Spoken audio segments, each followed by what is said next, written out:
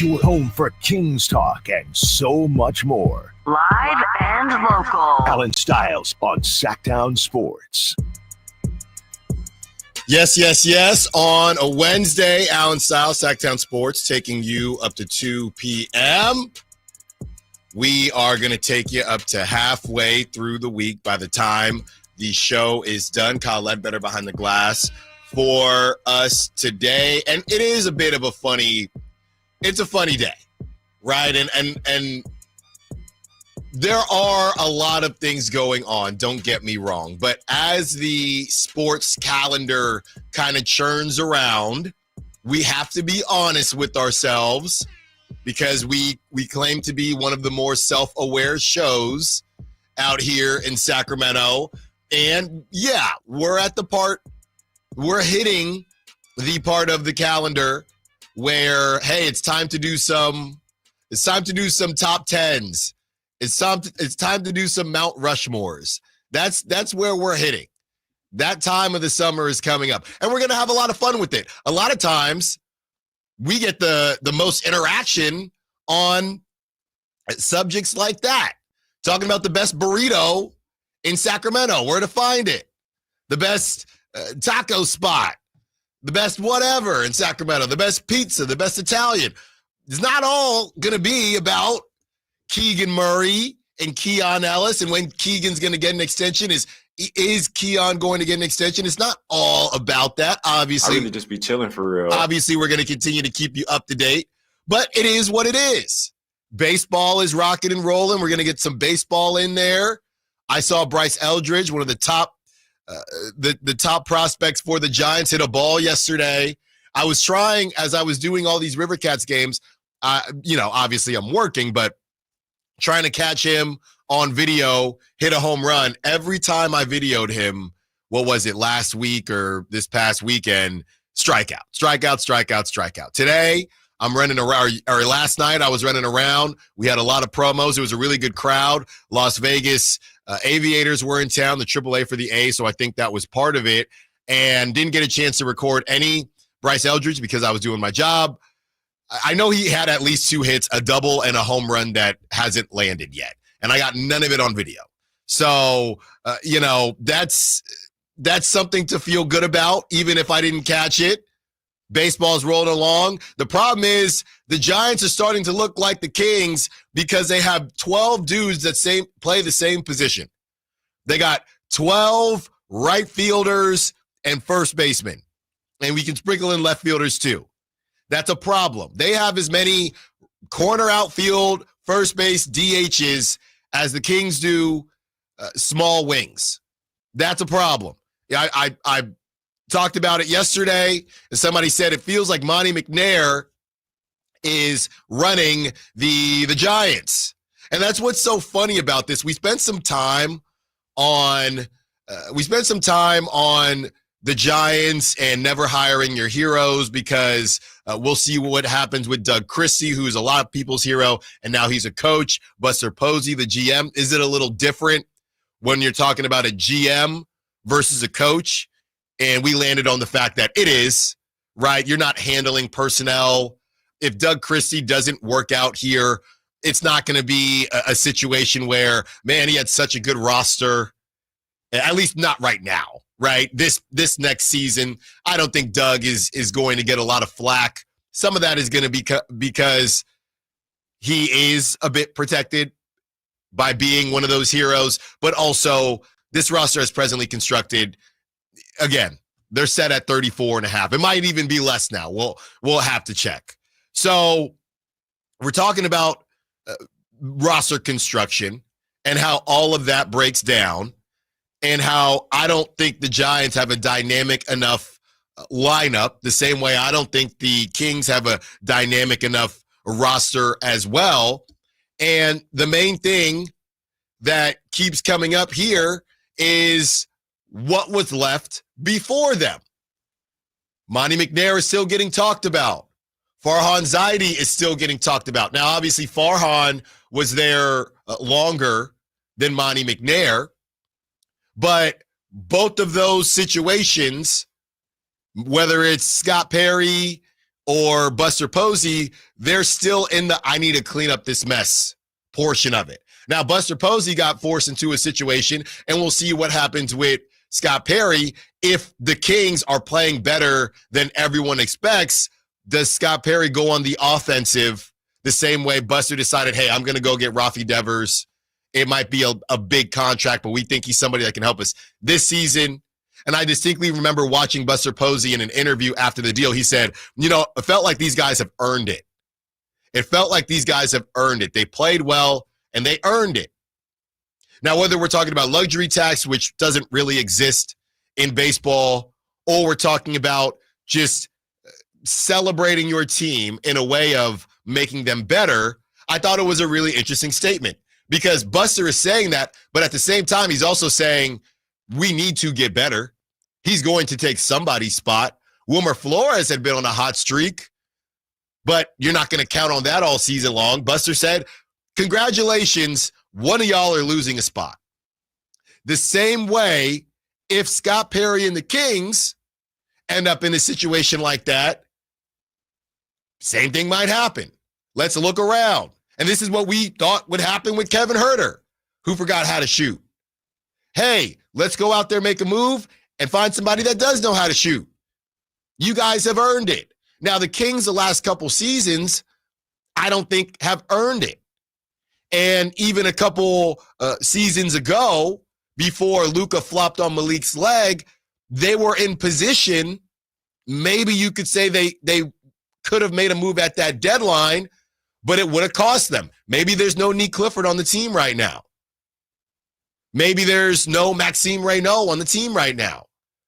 Maybe there would have been a playoff run, but you still would have had, let's say they do the crazy Cam Johnson deal. They get that 6th seed. They lose in the first round. At that time, they wanted 2 first-rounders for Cam Johnson. We got to go all in. This is what people say. We got to go all in.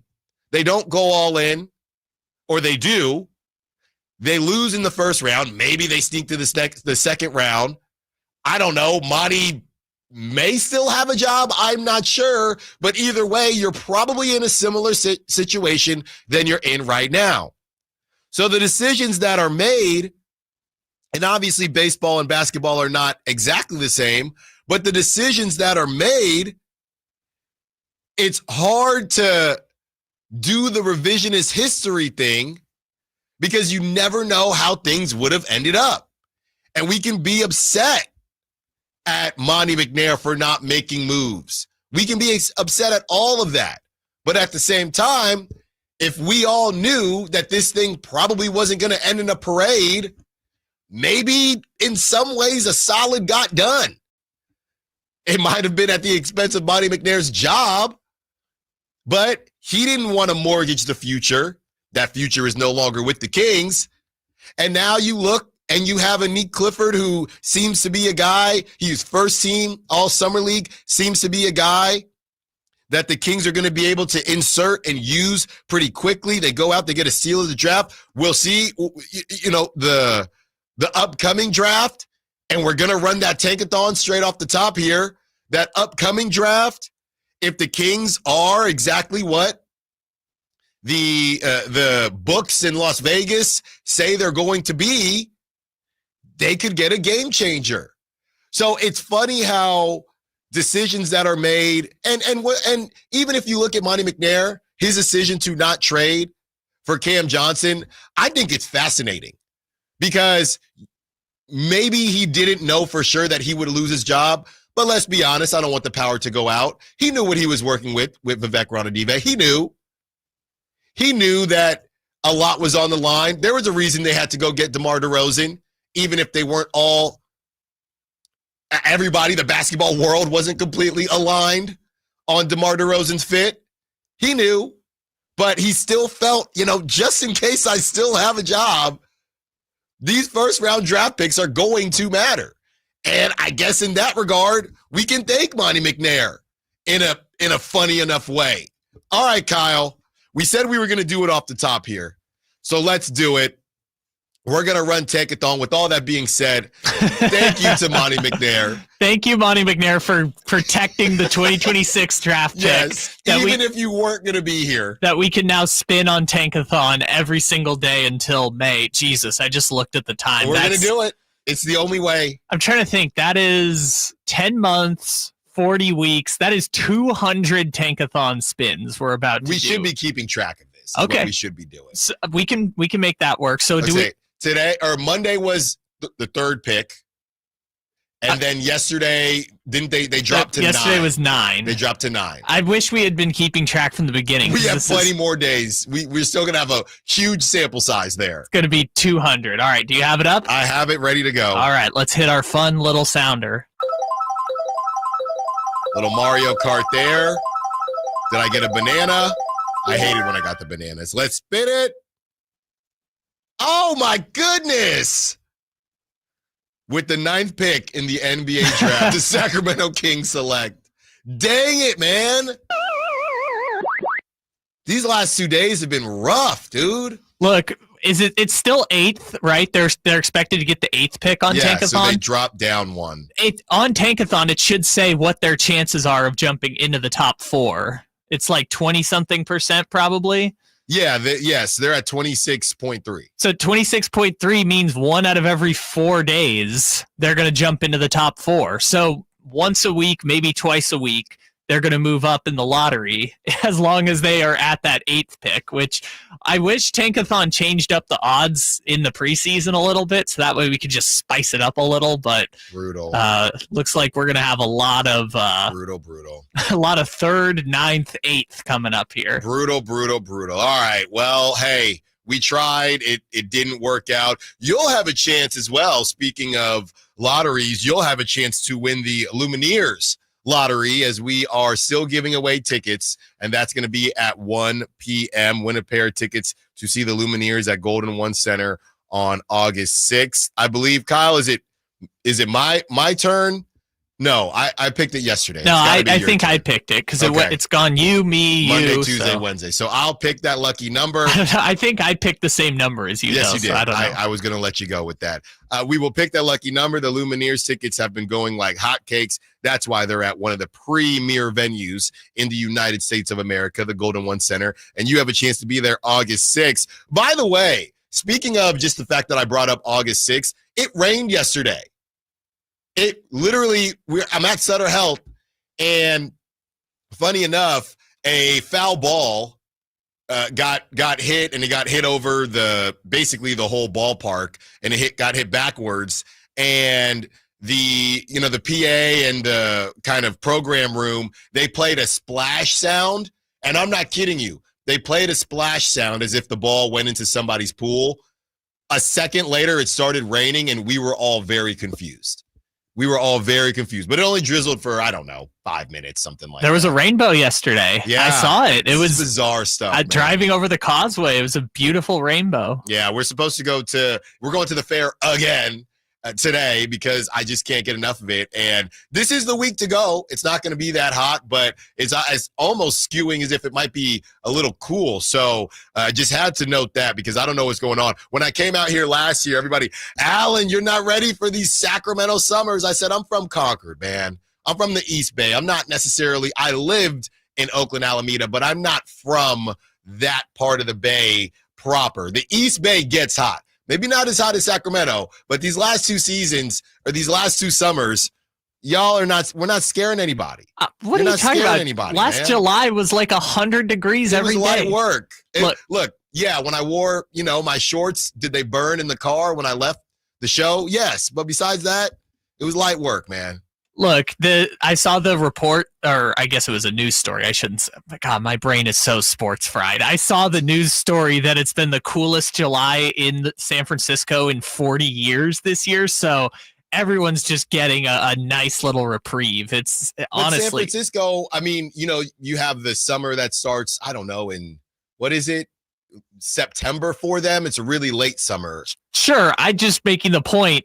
Sacramento's been the coolest in like 30 years. San Francisco's been the coolest in 40 years. Like everyone's getting a little bit lucky in terms of avoiding the heat. It doesn't have to be, this is light work. How dare we? No, this is light work. Last summer was the hottest summer on record or hottest July on record in Sacramento. And this year's the coldest in 30 years. Okay. We're taketh and giveth, Some like it hot, and I do like it hot, but it hasn't been as hot this last week. So this is your opportunity to get outside, do some stuff while the weather is quite normal. We are going to revisit the Keith Smith article from yesterday because that came out about halfway through the show, and we talked about it a little bit, but I got a chance to read it again once I got home.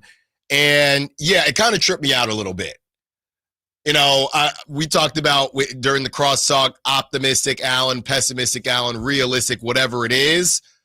I reread the Keith Smith article specifically about the Kings, obviously Keon and Keegan. And I don't know, man. I'm not feeling as positive as I was feeling yesterday. So we'll break down all of that for you. We'll continue to discuss how the Giants and Kings are the Spider-Man meme, just pointing at each other.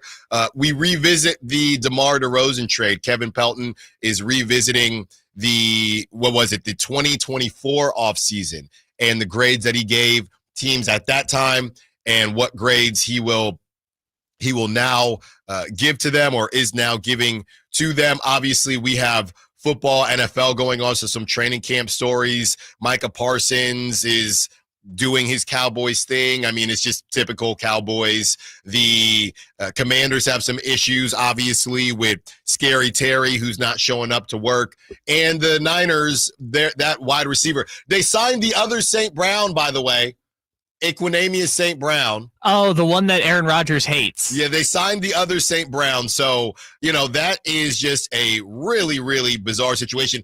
And we have sound from John Lynch saying that honestly, Brandon Ayuk is not as close as I think a lot of us would have hoped, specifically if you are a Niners fan. So we have all of that for you. And 12 o'clock on the dot, if you're running around and you are dropping off your parent at the vet, you're dropping off your kid at summer camp, you know how much I love summer camp. Put your kids in summer camp. They'll love it. If you're moving around and grooving, 12 o'clock, you do not want to miss what grade you would give Scott Perry so far. Because here's the reality. They can move some things around.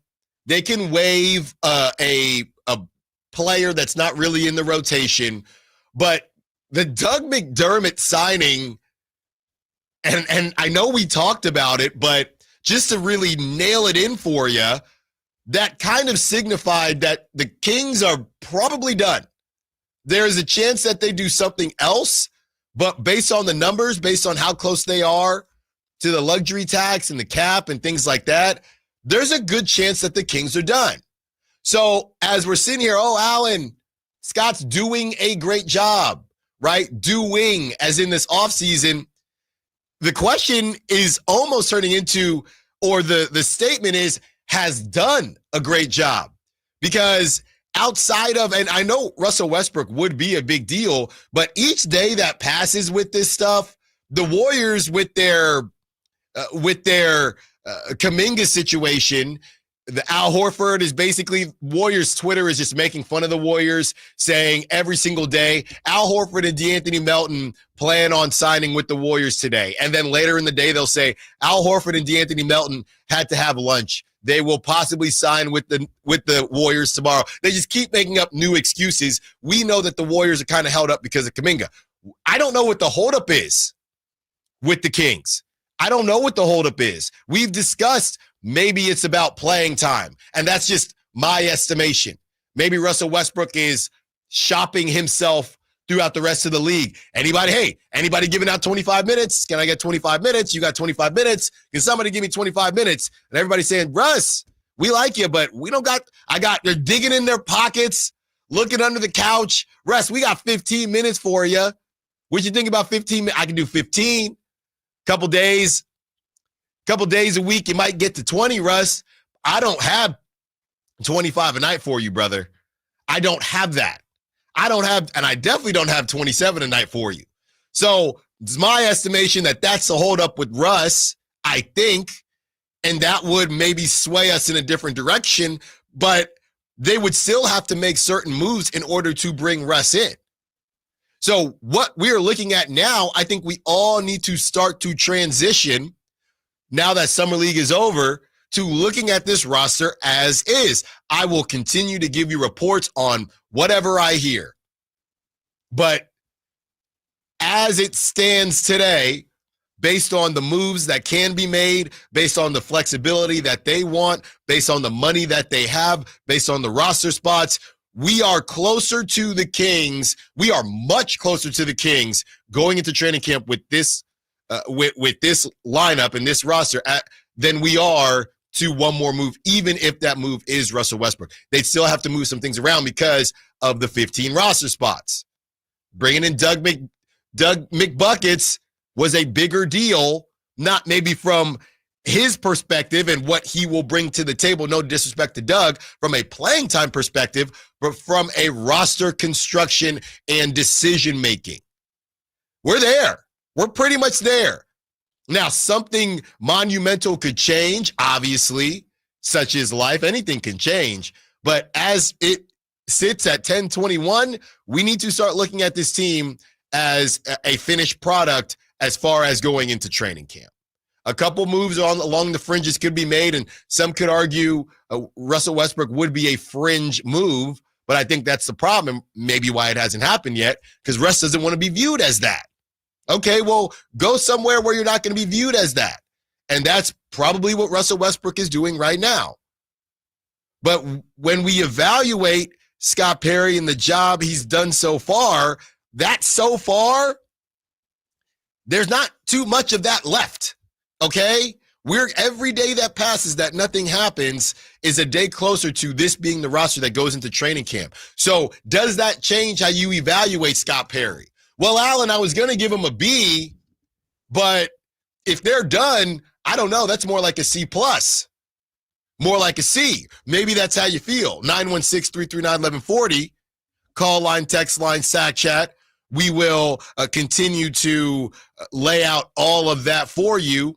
And as we look at the different transactions that the Kings have made, we have some fun in the way back Wednesday machine. What have been the worst NBA transactions of the last 5 years? A lot of fun for you today on a Wednesday show. Call in, be a part of it. It is your show just as much as it is mine. Allen Stiles Show. We'll be right back.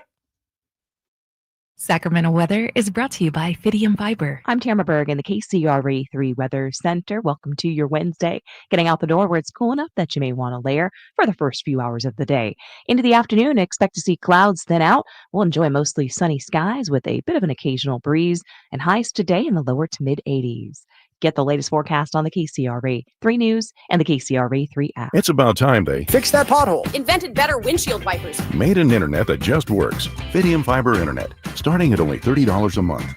It feels like Fidium. Offer available to residential customers only. Terms and conditions apply. See Fidium.com for details. If you're 55 or older and into that whole saving money thing, T-Mobile has an exclusive phone and internet bundle just for you. Right now, get 2 unlimited phone lines plus 5G home internet for just $30 each per month with autopay, plus taxes and fees. And with 5G home internet, setup is easy with just 1 cord and no technician needed, which is great if you're also into that whole keeping it simple thing. Switch now and experience the best mobile network in the U.S. Visit your local store to start saving. T-Mobile, it's better over here. Based on analysis by Ookla Speed Test Intelligence data Q4 2024 to Q1 2025. Ookla trademarks used under license. Unlimited on our network. Customers on voice plan may notice speeds lower than other customers and further reduction if using more than 50 gigs a month due to data prioritization. Video streams and SD on this plan. Home internet pricing after $20 a monthly bill credit plus $5 per line without autopay. Debit or bank account required. See 5G device coverage and access details at T-Mobile.com. The Hagen Oaks Cutting Edge Putter Fitting Studio offers you more technology, more choices, and more service. Hagen Oaks wants to be your go-to total golf game fitter. With $30,000 worth of state-of-the-art technology ready for your fitting, Hagen Oaks will help you make your best putting stroke while finding the best putter design, shape, hosel, length, and loft for your game. Schedule your fitting at the Hagen Oaks Player Performance Studio by calling 916-808-2531. That's 808-2531 for more. Power Business Technology is proud to be a 100% independent, locally owned and managed Toshiba copier dealer. Local ownership cuts out the red tape, allowing ourselves to never be too busy to personally answer the call when our clients need us. Recognized for excellence in service execution, training, and customer service, we're proud to be named a Toshiba ProMasters Elite Dealer since 2021. Contact us today for all of your business printing needs at 844-POWER-BZ. That's 844-769-3729, or visit us at powercopiers.com. Bring the whole family to Sutter Health Park for Sacramento River Cats baseball. It's more than a game. It's an experience your kids will never forget. Enjoy exciting action on the field, delicious ballpark food, and fun activities for all ages. From meeting Dinger the mascot to running the bases every Sunday, there is something for everyone. Create lasting memories with your family this season. Get your tickets at rivercats.com. Get ready for a night out with Jordan Davis. It's Country in the Park 2, Saturday, September 13th at Cal Expo. Along with special guests Mitchell Tenpenny, Locash, Vincent Mason, and Avery-Anna. Make it a family day out with food trucks, games, dancing, and more. Saturday, September 13th at Cal Expo. Sponsored by the California Army National Guard and Hop Valley Brewing. Tickets at CITPFest.com. I'm Ken Korak with your Green and Gold Report, brought to you by Comcast Business, powering possibilities. Well, the story of Brent Rooker keeps getting better and better. Not long ago, he was with 3 different organizations before becoming a waiver claim by the A's. And now he's on pace for his 3rd straight 30-homer season. And when the best players in baseball gather in Atlanta on the 15th, Rooker will take part in his 2nd All-Star game in the last 3 years. Comcast Business helps turn today's small businesses into engines of modern business. It's how restaurants become reliably up and running neighborhood favorites. It's how retailers become seamlessly restocking, cyber-securing must-visit shops. And it's how healthcare offices become data-managing caregivers that we all depend on. With reliable connectivity, enhanced cybersecurity, advanced fiber solutions, and Wi-Fi backup, Comcast Business is powering the engine of modern business.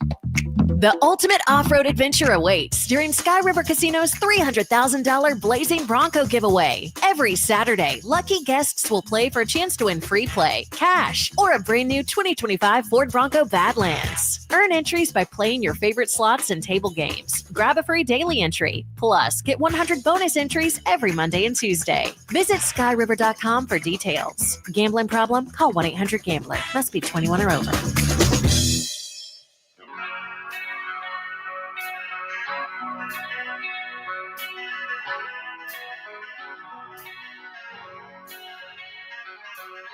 Allen Stiles. Watch the show on youtube.com/Sacktown Sports 1140. Or listen on the Sacktown Sports app.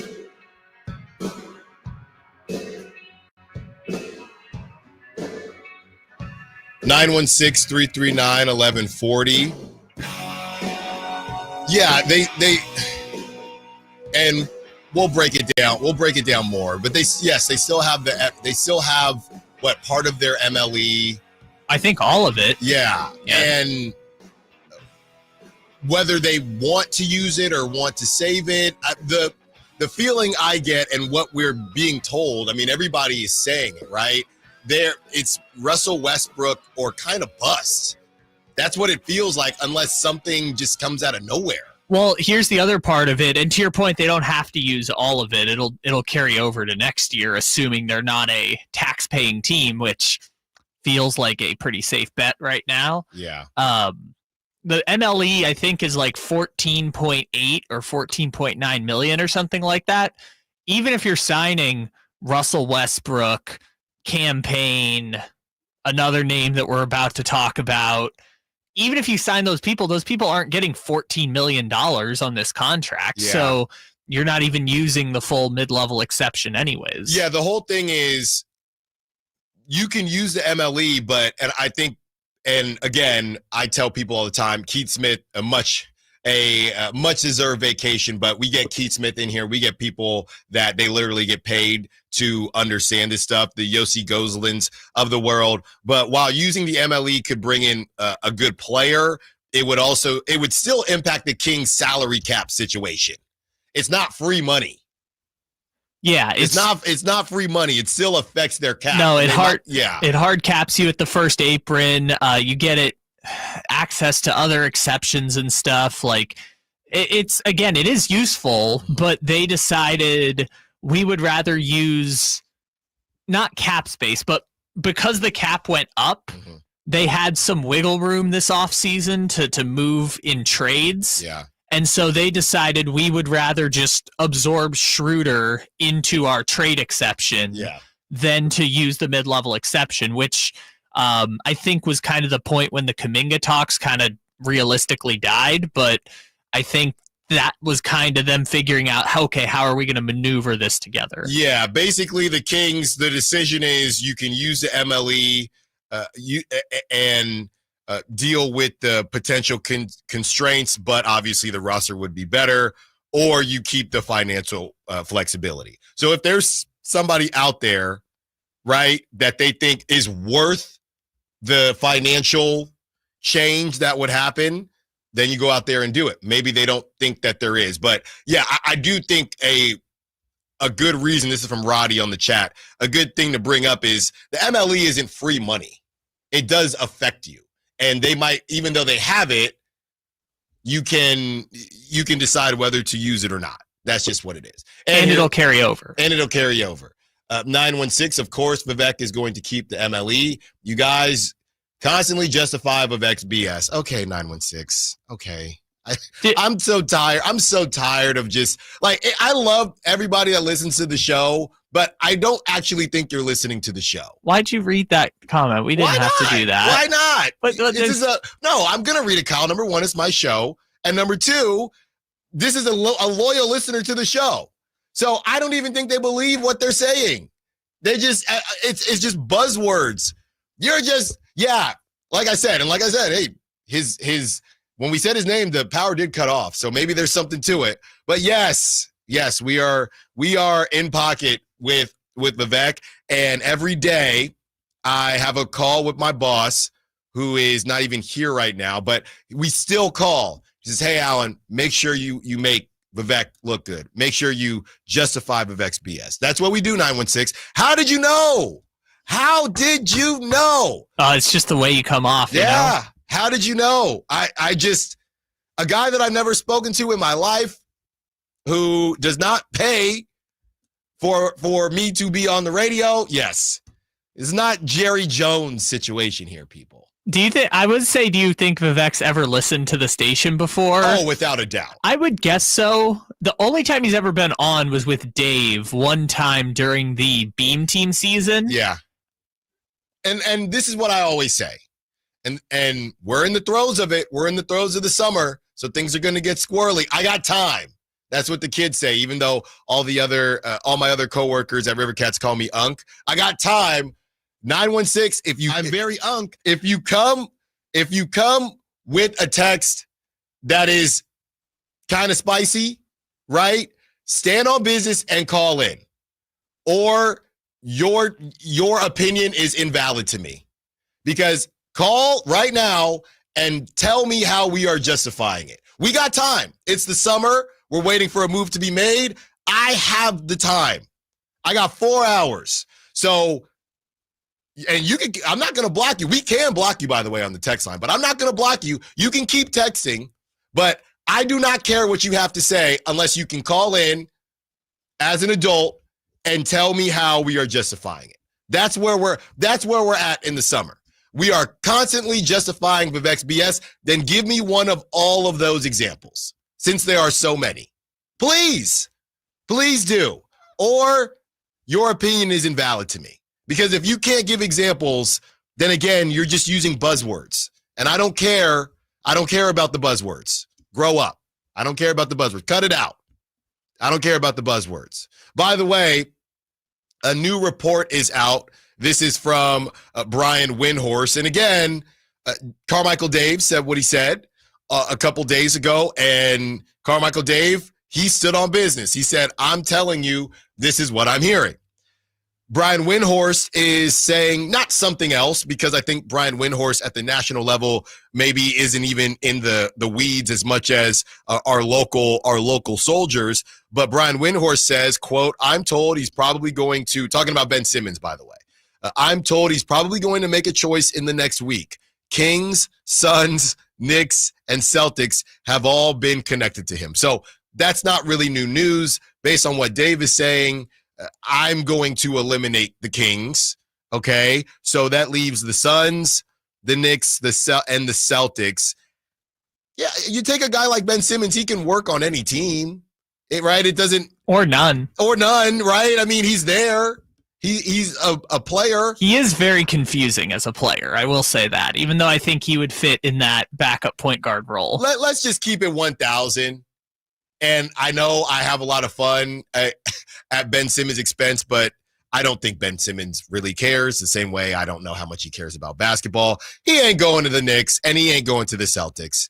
The only reason he would go to the Celtics is because they don't have the same expectations. Ben Simmons doesn't want to play in any bright lights.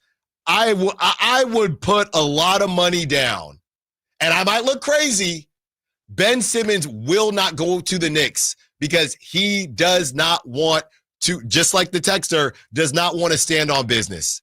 He wants to go to Phoenix with Devin Booker with no expectations and hopefully run into one of the Jenners again. That's what Ben Simmons wants to do. Oh, God. Is that the same Jenner? It might be. I think it is. Isn't it Kendall? Isn't it Kendall? I need to reference our friend Simone's shirt to determine, is this the same Jenner? I think it is, but also that Jenner's now with Timothy Chalamet, so I guess it doesn't matter. No, that's a different one. That's Kylie.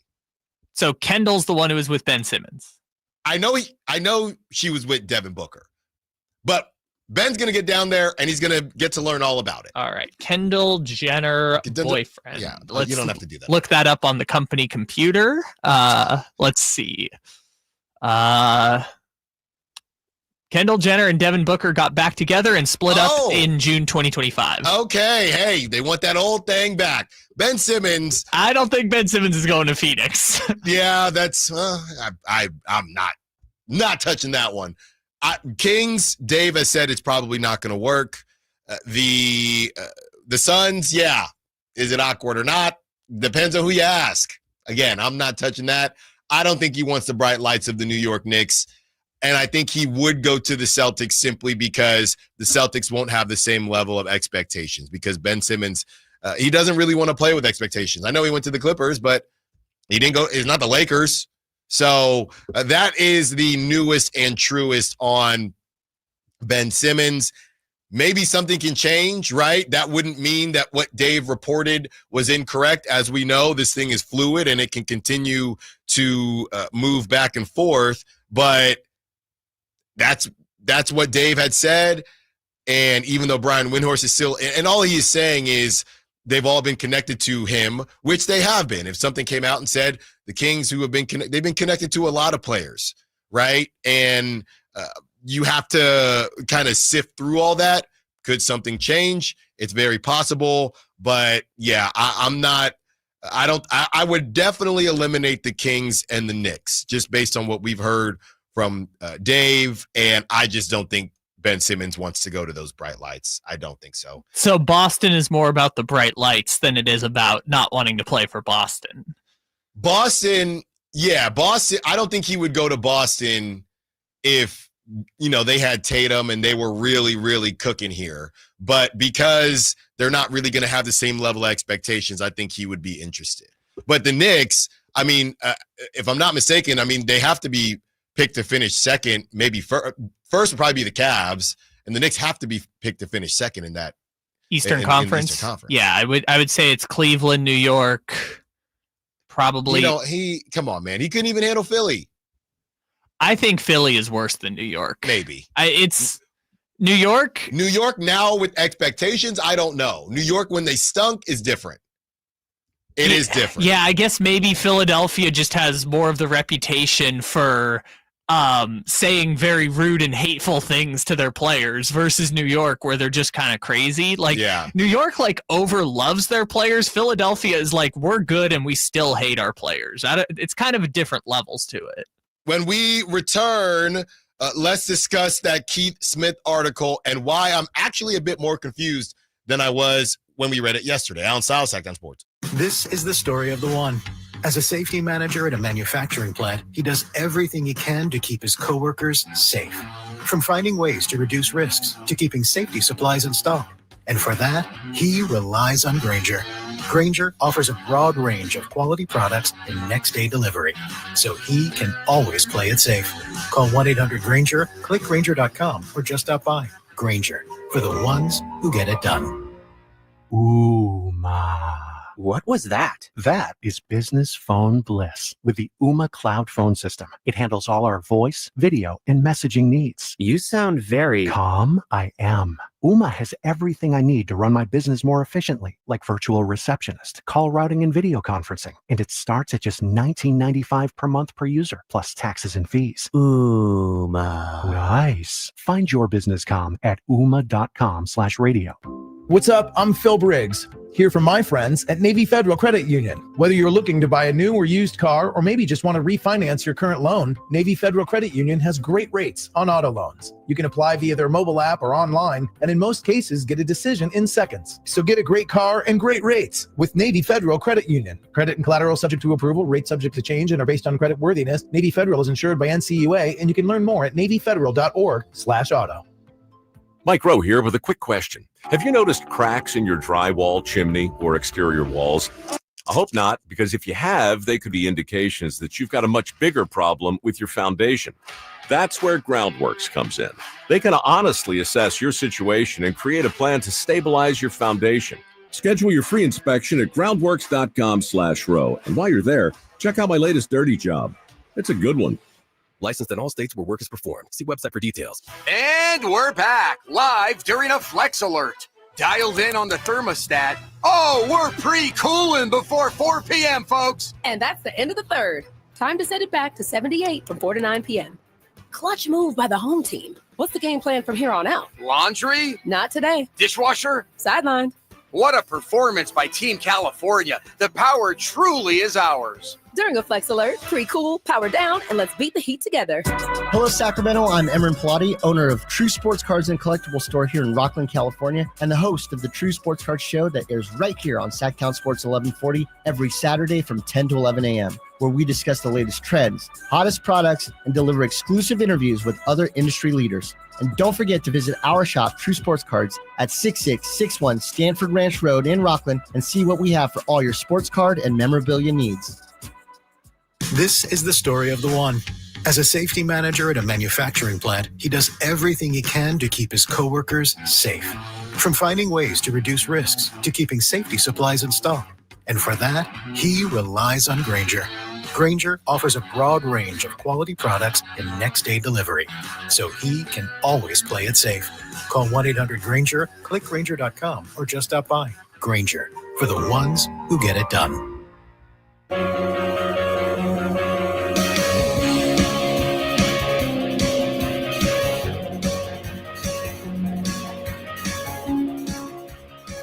Allen Stiles You can join the show by texting 916-339-1140 on Sactown Sports.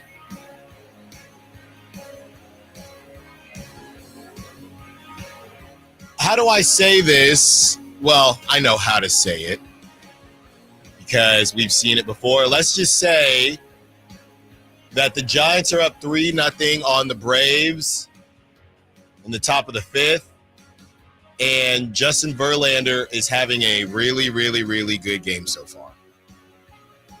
Okay? Good way to frame it. Really, really good game. See, I don't care about jinxing things. There's nothing to jinx here, but I would totally tell everyone what it was if I could. I don't even know what that means. You know, people will know. I don't even know what that means. So, yes, that is something to keep an eye on. He's at 81 pitches, too. He's got like 4 walks and had a 28-pitch inning. Grinding. Just grinding his way through it, but he hasn't allowed a run.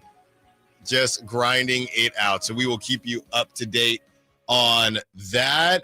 Also wanted to keep you up to date. We are going to get to Keith Smith. That might be in the 11 o'clock hour because I want to make sure we have enough time for it.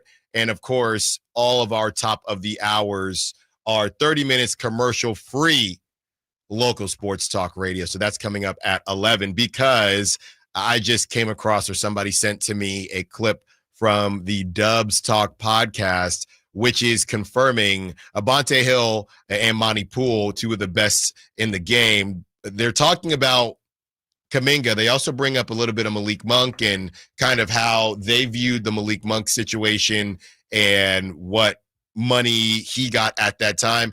Then they basically debunk the 5 years, $150 million last offseason for Kaminga. So we talked about it yesterday. We didn't ever say it was official because we didn't know it was official, but these are two guys that are extremely connected to the Warriors, essentially saying that they confirmed that he never got that deal. And why that matters is when the Warriors are looking to do a deal with Kaminga, even if it's more short-term, and if the Kings are still interested, what that average annual salary is going to look like. Here it is. Yeah, I want to debunk something as well because, Kaminga's camp obviously wanting a lot of money here. And look, we all underestimated the CBA, even going back to last offseason. When Malik Monk signed that deal with Sacramento, I thought Malik Monk was on his way to getting $25-30 million per year. And when he went back to Sacramento for a below market deal, it was like, oh, wait, this new CBA with the second apron, teams are not just going to throw that money out there to any other player because it could sink your franchise if you invest in the wrong player and you throw a max money type of deal at the wrong player. The Kaminga situation with the Golden State Warriors, I was talking to sources last week about it. I just wanted to make sure and confirm. The Warriors never got close to offering Jonathan Kaminga anything in the ballpark of $30 billion. Heck, numbers wasn't even passed along, which I think on the Golden State Warriors end of things, knowing where their cap situation was, knowing that, hey, Jonathan Kaminga's been a guy in our system for 3 years. We don't exactly know what he is quite yet. He hasn't been solidified in the rotation. Why would they offer him even $25 million? So there's this myth going around on the internet, around the league, or on these social platforms saying that Kaminga passed up $30 million for the Golden State Warriors because he wanted more money. Numbers was never exchanged because whether or not Kaminga wanted $30 million, that's one thing. But on the Warriors end, they never got close to coming to the table and passing around numbers or going back and forth with numbers. So he didn't. Because here's the thing, Bonnie, I have a hard time believing a guy like Kaminga in this situation. It could be Kaminga, Moody, whoever. Knowing that you're not getting consistent minutes from Steve Kerr because you haven't solidified yourself in the rotation. If the Warriors came to the table and said, hey, here's 5 years, 25 per. I find it hard to believe that Jonathan Kaminga would say no to that, knowing that he's not getting consistent minutes. That was Bonte Hill and Monty Poole on Dubs Talk podcast, kind of debunking that 150 for 5 years. And I don't know, I guess, is that something Kaminga's team? I'm not saying somebody made it up, but because I don't think that makes Kaminga look good per se. It actually didn't. Everybody was saying, what is wrong with him? But now Bonte said he's talked to people within the organization. Obviously, he's on NBC Sports, Bay Area, so he's very locked in with that organization. And Bonte saying no numbers were ever discussed. So just really, really just a bizarre situation. And we have two organizations now, and they're funny enough, they're connected, that have just made some bad decisions, right? And by the way, Verlander lost the no-hitter. I don't know if that's on me. I didn't say he has a no-hitter, but a little bloop to right field. Mike Yastrzemski could not get there. And it was really, just terrible placement. God, this is why you should have let me jinx it, because it would have been so funny if on the first batter out of the inning he gave up a hit. That would have been funny. I knew you would have been upset if I did jinx it. No, I would have. Yeah, we can't do that. But shout out to Verlander. They're up 3-0. Hopefully he can get his first win. It's also raining, so if he just makes it through the fifth, they'll call the game. Yeah, that's it. and he'll get a win. That's all you need. So as far as Kaminga is concerned, that $30 million that was never brought up, and obviously the Warriors are, confirming with Bonte, hey, that was never even talked about. We don't know how that number got there. Social media can be social media. Was it somebody deep in Kaminga's camp? Again, I don't think it necessarily makes him look good, but it does at least tell us that the Warriors truly don't know what they're doing. They truly don't know what they're doing. And you know what I was thinking about? How the rules would kind of apply to this. We told the story about Nerlens Noel, right? How if Kaminga's agent is, basically feeling as if, let's say 25 is in the mix and the Warriors are lowballing him because they feel like they have a level of leverage. Couldn't Kaminga, if he wanted, just kind of bank on the fact that we were looking at it in a different way? It really comes down to what his current market is. But if they believe, which I feel like they do, that his current market is greater than even the small deal that the Warriors may offer him to be able to trade him, couldn't he bet on himself? It's still a bet, a gamble. Couldn't he take the qualifying offer, right? Essentially bet on, I'm only worth $7 million. Steve ain't going to play me because he never plays me, right? Suit up, not sit out. I'm not saying sit out, but just kind of bank on the fact that I'm not a fit.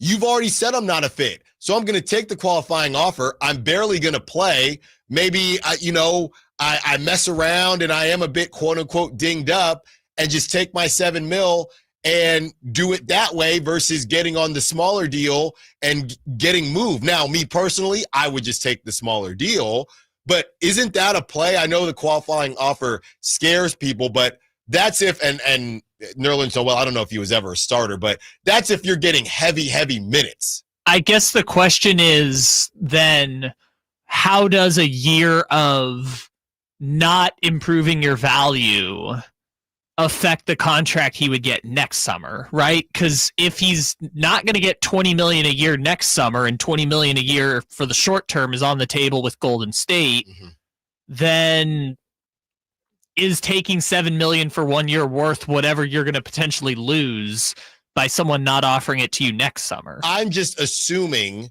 that the short-term contract conversation is what's currently happening.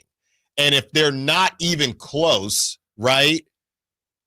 If you're Kaminga, are you just going to, I guess he feels like he has leverage, right? And part of that leverage, I think, is the qualifying offer.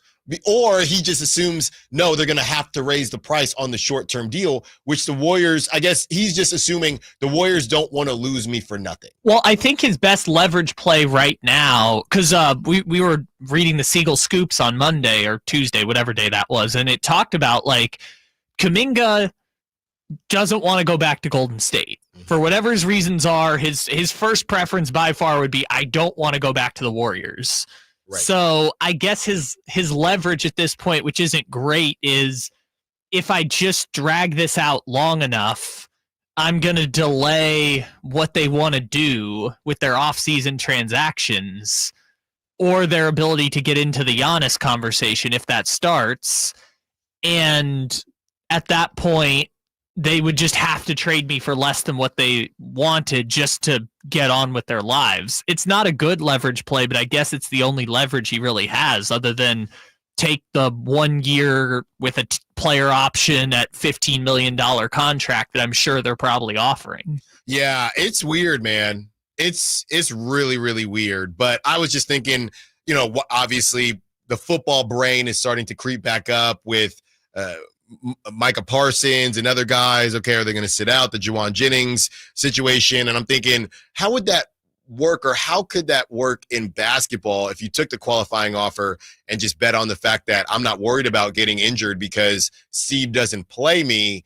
I'm of the mindset, especially with this 2026 draft class, the reason I probably wouldn't do it is because every year that goes by, people are thinking about Jonathan Kaminga less and less. So I would take the short-term deal. I'm saying the fact that it hasn't happened yet makes me feel as if Kaminga is trying to come up with something to pull out of his sleeve, and maybe it could be, hey, we'll take the qualifying offer. And I was reading an article that said, hey, there are some positives to taking it. You can control where you go, or you can not go and say, I'm going into free agency at the end of the season. So I was just thinking about, all right, the Warriors clearly want this thing resolved, but what are their options, and what are Jonathan Kaminga's options? 11 o'clock hour coming up next. Now we will revisit what Keith Smith had to say about Keon and Keegan, and why I'm not as optimistic as I was when I read it yesterday. Allen Stiles, Sacktown Sports. Allen Stiles here with your Sacktown Sports injury update, brought to you by DTLA Law Group. Gunnar Hoglund out with that right hip impingement, underwent successful surgery for that repair and is expected to miss the remainder of the 2025 season. Grant Holman, whose expected return is TBD, felt discomfort in his right shoulder, and the MRI revealed tendonitis in his rotator cuff. That was your Sacktown Sports injury update, brought to you by DTLA Law Group. It's Allen Stiles here. You injured at work? Call downtown. DTLA Law Group, California's leading injury law firm. With over 40 lawyers throughout California, they have won over $500 million in settlements. DTLA Law Group will get you compensation for your work injury. You don't pay unless they win. That's right. You pay zero up front. Call downtown. Text injury help to 40222. That's injury help to 40222. Visit them at calldowntown.com. I'm still going for it, even with higher stroke risk from atrial fibrillation, an irregular heartbeat not caused by a heart valve problem. Over a 3-year study, Eliquis apixaban tablets reduced stroke risk better than warfarin, and over 97% of Eliquis patients did not experience a stroke. A first stroke occurred in 2.9% of warfarin patients versus 2.3% of Eliquis patients. Don't stop prescription Eliquis without asking your doctor. Stroke risk may increase. Eliquis can cause serious and potentially fatal bleeding. Don't take if you have an artificial heart valve, abnormal bleeding, or antiphospholipid syndrome. While taking, you may bruise more easily or bleed longer. A spinal injection increases blood clot risk, which may cause paralysis. Get medical help right away for unexpected bleeding or bruising, or back pain, tingling, numbness, muscle weakness, or incontinence. Aspirin products, NSAIDs, SSRIs, SNRIs, and blood thinners increase bleeding risk. Tell your doctor about planned medical or dental procedures. Learn more at Eliquis.com or call 1-855-ELIQUIS. Whoa, it's you, the Capital One Bank guy. That's what they call me. Mind if I get a selfie? Yeah, sure thing. Say no fees or minimums on your Capital One checking account. Wow, that's a keeper. So, where are you heading? I'm off to spread the good news that Capital One helps people keep more money in their wallet with no overdraft fees. Oh, you're the best Capital One Bank guy. Hey, mind if I get a selfie? Sure. Say, Capital One, what's in your wallet? Terms apply. See CapitalOne.com/bank for details. Capital One N.A. member FDIC. Lowe's knows big savings make a big difference, especially when you're shopping for appliances. Hurry in to get up to 30% off select major appliances. Plus, My Lowe's Rewards members get free delivery, free haul away, free installation and parts on purchases of $2,500 or more. Lowe's, we help, you save. Valid through 7/30. Selection varies by location. While supplies last. Price, delivery time, and vehicle availability may vary based on order size and location. Exclusions apply. See Lowe's.com/delivery for more details. What's up? We're talking to Chad Hoblet of Hoblet Dodge Chrysler Jeep Ram in Woodland. Chad, what's going on for the Hoblet Employee Pricing Plus sales event? We're going all in on Ram this month with not just employee pricing, but huge emphasis on the plus. You can only get at Hoblet. Right now, save up to $16,000 off MSRP on new 2025 Ram 1500 crew cabs. Okay, but what about those hard-to-find Ram heavy duties? If you're looking for something bigger, save up to $13,500 off MSRP on the hard-to-find brand new 2025 heavy-duty Ram 2500s and 3500s with 500 new Rams available. Search, select, and save through their whole inventory at HobletDodge.com. Unbeatable prices, unbeatable selection. Nobody beats Hoblet, period. 16,000 total net savings on select new 2025 Ram 1500 Bighorn after 6,500 factory rebates and 9,500 dealer discounts. Rebates may include 2,500 SFS motor cash. Must finance with Stellantis. 1,000 trade-in assist with eligible trade-in. $500 job outfit. Must show eligible outfit. 13,500 total net savings on select new 2025 Ram 2500 limited after 4,000 factory rebates and 9,500 dealer discounts. Rebates may include 2,500 select inventory bonus cash and $500 job outfit. Must show eligible outfit. At least 5 of each net savings. Employee pricing included in dealer discounts. See dealer for details. KHD1 Sacramento, KYMX HD3 Sacramento. From the Power Business Technology Toshiba Studios. This is Sacktown Sports 1140.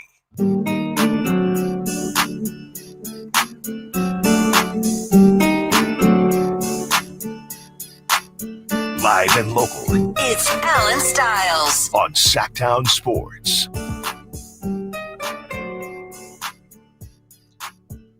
$11 hour. Little update on the 916. And Kyle always gets so worried when I get spicy with the texters. But like I said, it's all, look, man, I got another kid on the way, man. I'm not, we can have fun. We can get spicy as long as we keep it between the lines. It's all fine and good to me. And 916 says, I see your phone call and raise you a in-studio 5-minute segment. Appreciate you, Styles. I wish we had an owner with deep pockets who wasn't afraid to occasionally go for it. Yeah, 916. There's no world where you are stepping into this.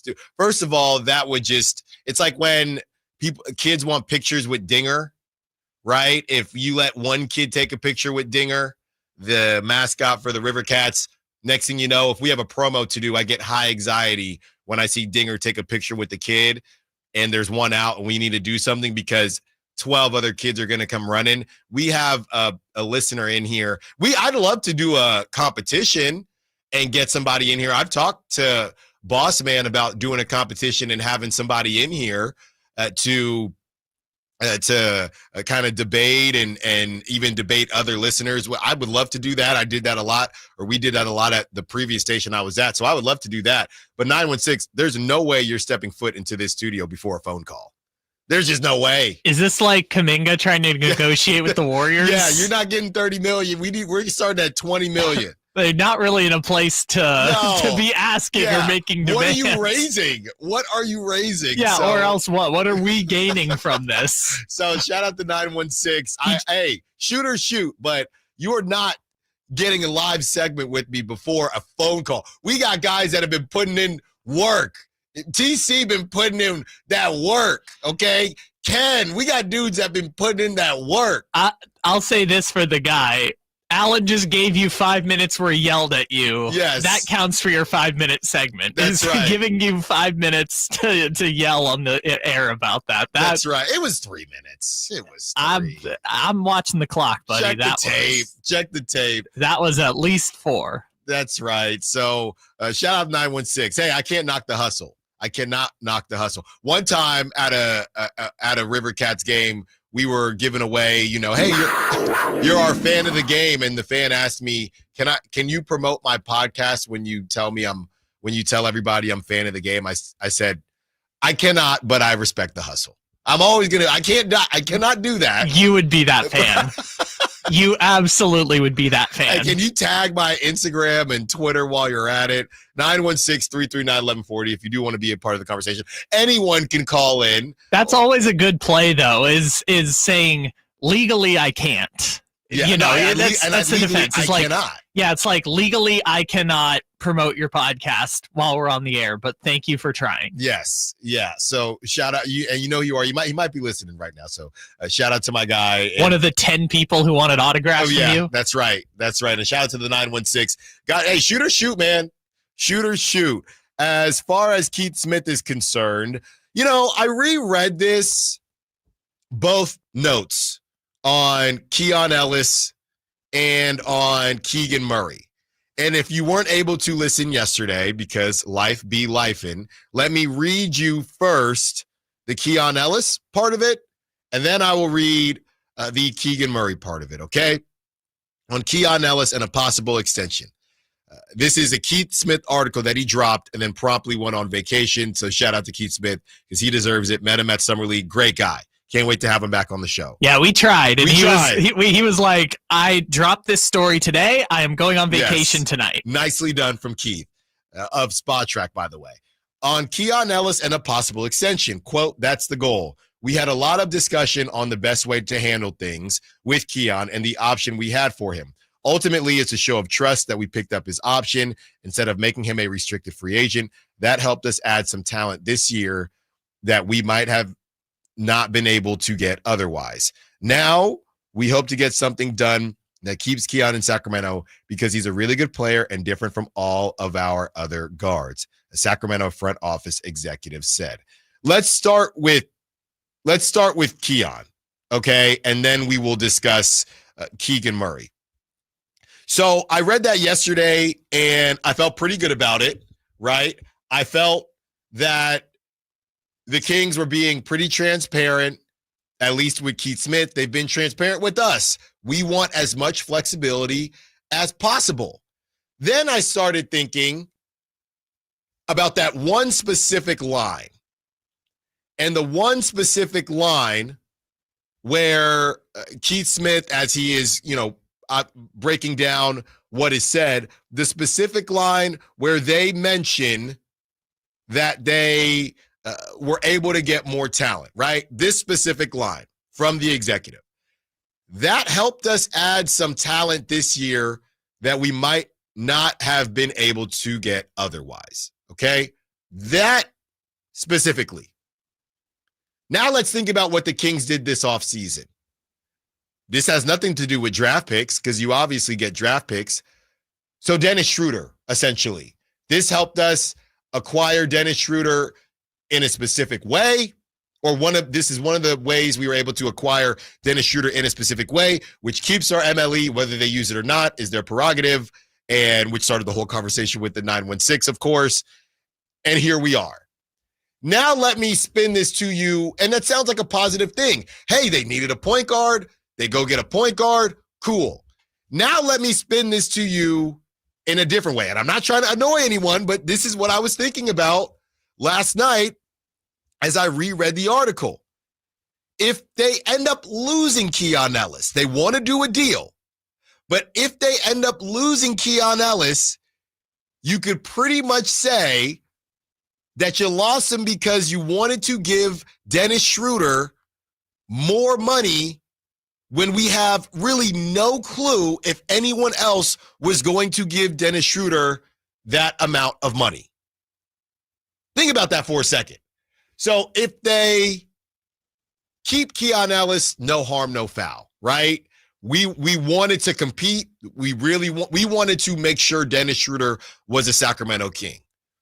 But if they lose Keon Ellis, if they don't get a deal done during the season and he becomes, I believe, an unrestricted free agent, you have to, you Sacramento, you Kings fans will have to deal with the idea, and it wouldn't be wrong, that you essentially lost Keon Ellis to acquire Dennis Schroeder. Obviously, they haven't lost anybody yet, but that would be what it was. You lost, and here's the thing: they dumped money. They really wanted Dennis Schroeder, and they wanted him in a specific way. They dumped Valanciunas, and now they pick up Keon's option as well. And if you lose Keon, you have to live with you lost Keon Ellis to give Dennis Schroeder more money, not just to acquire Dennis Schroeder, but to give Dennis Schroeder $15 million a year, kind of over 3 years, of course, over 2 years, when they're, to this day, not to go Deontay Wilder on you, we do not know if the Pistons or any other team was planning on giving Dennis Schroeder $15 million a year. He made 12 last season, so it's not as if it's a completely ridiculous amount, but maybe this was a little bit of that Sacramento tax, a little bit of we really like Dennis Schroeder. For a team that is currently projected to win 34 and a half games. That's where they're set. You can find them at 36. So if you lose Keon Ellis, you would have lost him over a 34 and a half win team projected, and to pay Dennis Schroeder more money than we have no clue if anybody else was going to pay Dennis Schroeder that money. And I thought, Kyle, if they don't get something done with Keon, and again, whether they make the playoffs and lose in the first round or not, and I understand that Kings fans, myself included, value Keon maybe a little bit more than the rest does it. I don't care. That's not going to go over well. Yeah, I think that's the answer right there, is that they're going to have a hard time justifying choosing Dennis Schroeder over Keon Ellis specifically to this fan base, right? Yeah. Because so much of the conversation this offseason has been, okay, in the long run, would they rather keep Zach LaVine, DeMar DeRozan, or Malik Monk as the three guards?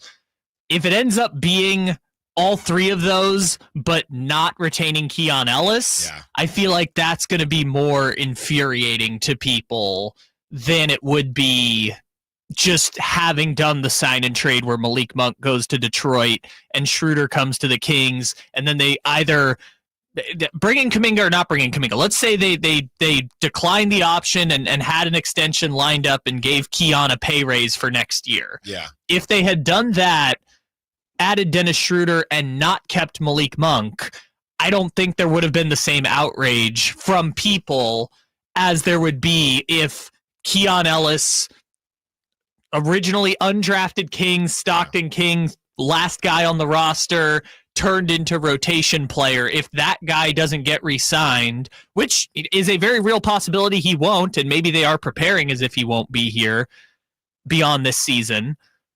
If that guy leaves, that's going to make the fan base more emotional than had they just cut their losses and moved Malik Monk now or brought in someone else. A fringe starter in Dennis Schroeder that you have now given $15 million a year for at least the next 2 years. And it could, not that it will, but it could cost you Keon Ellis. It could. And they said it themselves in the same note.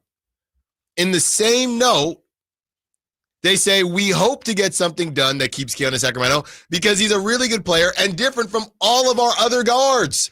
All of our other guards. And they have 12. They have 12 guards. And the one guy that is different from all your other guards, you could lose.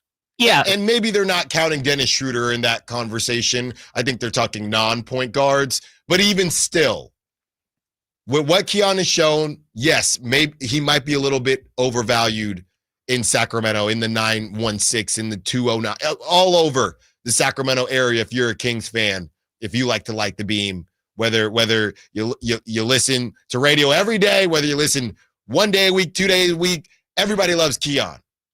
And even if, here's the kicker though, even if you don't love Keon, even if you are the realistic Kings fan that thinks, look, man, dude, Keon's good, but I think we need to pipe down.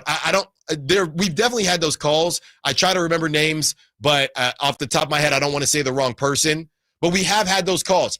Even that person will not be able to swallow losing Keon to give Dennis Schroeder more money. That's the problem. Losing Keon to even get a PJ Washington, right? And maybe that's still in the cards or weirdly the case, right? When, Kyle, you like to kind of follow trades down the line. Maybe that is the case. We don't know because they have the flexibility. And to the point of the 916 that I was arguing with earlier, okay, so let me get this straight. You picked up Keon's option for more flexibility. This year.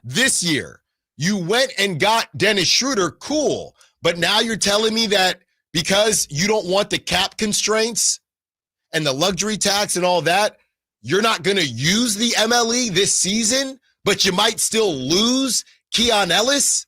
That doesn't make a ton of sense. That's the other part of this, right? Is if they knew they weren't going to get Kaminga and they knew they weren't going to sign another point guard after Schroeder, which they didn't know at the time when they picked up Keon Ellis's option, right? Because they had to pick it up, I think it was June 29th. So when they picked up the option, they were still trying to go for Schroeder and Westbrook because they did the dual Zoom calls. Yes. And they were trying to negotiate with the Warriors on a Kaminga situation. And the fact that they struck out on everything except Schroeder and as of right now aren't using the mid-level exception says to me if you had just prioritized Schroeder, you could have signed him with the MLE, declined Keon's team option or declined Keon's option for this year and had an extension already lined up before that, because I know free agency opens on June 30th. Most of these teams already have the deals lined up before free agency. There is tampering, there is agents doing stuff. You just have to be good at not getting caught, right? If you had just prioritized Schroeder, who we knew before free agency opened was highly connected to the Kings, they could have used that available trade exception space to sign Keon. And I don't want to go into the semantics of it beyond that, but essentially they could have made it work, but it would have looked different, and maybe they wouldn't have given Schroeder $15 million a year for two years with a third non-guaranteed year. Yeah. And again, look, if it comes up, we can't control how they value certain players. And I do trust, obviously, the basketball IQ of Scott Perry, BJ Armstrong in the front office. But if it comes out that Detroit was offering Dennis Schroeder 14 a year, and the Kings said, we really feel like he's our guy. There are some people that might disagree with that, but we really feel like Dennis Schroeder is our guy. Okay. I don't have to agree with it the same way somebody doesn't have to agree with any moves that the Kings make or how I kind of break down those moves and my opinions on it, but it would make more sense. We don't, and maybe we could just assume that, but right now we don't know. Well, and also from a pure basketball standpoint, like you mentioned, Keon Ellis is a fringe starter. He probably won't start on this team as presently constructed. He might play some closing minutes, but again, he's probably not going to start on this team as presently constructed. So Keon Ellis himself is a fringe starter in the NBA, just like Dennis Schroeder. Right. There is a basketball argument for the 2026 team that signing Dennis Schroeder to that extension is a good allocation of money because he plays a position of need as a fringe starter. Now, is it going to get you 48 wins? No, it's not. But in a vacuum, they needed a point guard. They got a point guard at a relatively affordable price who has been a starter in the league for 9 years, right? Yeah. But even if Schroeder and Keon are bringing similar values, like we talked about before, it's not going to go over well with the fan base if you bring in Schroeder and don't extend Keon Ellis, because Keon Ellis is the type of player every fan base wants. The undrafted guy through the G League, last guy on the bench to backup to starter, like that is the prototypical story. Yeah, fans love stories that everyone gets excited about, yes. and you want people to be excited about that. Yeah, it's a real thing, and they should, because you love homegrown players. We all do, and obviously nothing has happened yet. And as it pertains to an extension or losing Keon in free agency. But as I read Keith Smith's article, or I guess I should say reread it, because the first time I read it, we were on the air. But as I reread it, I thought, this could end up really bad. If the Kings, now I think here is the kicker. And this goes back to how I think things will go. If they are on track for 34 wins, we will see some big moves made at the trade deadline. Even if that's a DeMar DeRozan, if that's the time where you do DeMar DeRozan for Terry Rozier and the 2 seconds to just clear that if Terry Rozier is able to play basketball. Even if he isn't, you can still do it. Even if he isn't. It's just the money. You'd actually prefer him not to.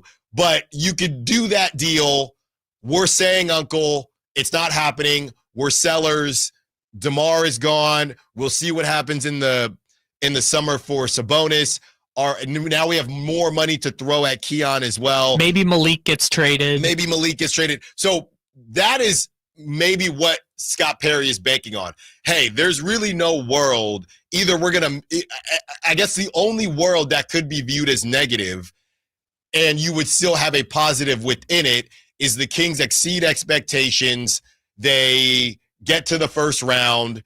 So now everybody feels better about it. Obviously, you can't blow that up, and you end up losing Keon because nobody goes anywhere because you went to the playoffs. So you sacrifice Keon for a playoff run. Maybe that's how Scott Perry is looking at this. We're either not going to play well and we're going to blow it up at the trade deadline or in the summer, and we're going to have a lot of money to throw at Keon, and that's maybe what we've unofficially told him, or we're going to exceed expectations and Thanos at what cost? The cost is going to be Keon. Those are the two worlds that Scott Perry is living in. Well, and in the Keon case, like if I were his agent, and I'm sure I would not be qualified to be his agent, but just reading the landscape, there's no reason, unless the Kings are offering a deal you feel like you can't refuse. You're an unrestricted free agent in a summer where a bunch of teams are going to have cap space or the ability to make sign-in trades. You shouldn't talk about an extension until like May. So that way you know what everyone's cap situation looks like, everyone's roster, and theoretically the Kings offer this summer should still be on the table next summer unless there's an injury or something bad happens. Like, I guess you could say guarantee your money now if they're offering you $20 million a year or $17 million a year. Maybe you just want to guarantee your money. But other than that, you wait to become an unrestricted free agent because theoretically multiple teams will be bidding for your services. This isn't really disputing what you're saying, but there are a lot of big names that are going to be thrown around in the 2026 offseason between the draft, that crazy 2026 draft, and the 2026 offseason. This is a little copium here, but you could maybe feel as if Keon isn't going to be at the forefront of all those conversations. And maybe that's why the Kings feel as if, hey, look at all the free agents that are going to be out there. I don't know how many of them we are going to prioritize. Nobody else is going to prioritize Keon, even in an unrestricted free agency, the same way that we are. So if we are, and maybe we're accepting, again, based on the fact that we're probably going to be moving off of one of these bigger contracts, that we're going to possibly overpay Keon a little bit as a, hey, thank you for your service. Thank you for what you've done, a la a Brock Purdy. He's not the same as Brock Purdy, but a la a Brock Purdy. We want to keep you.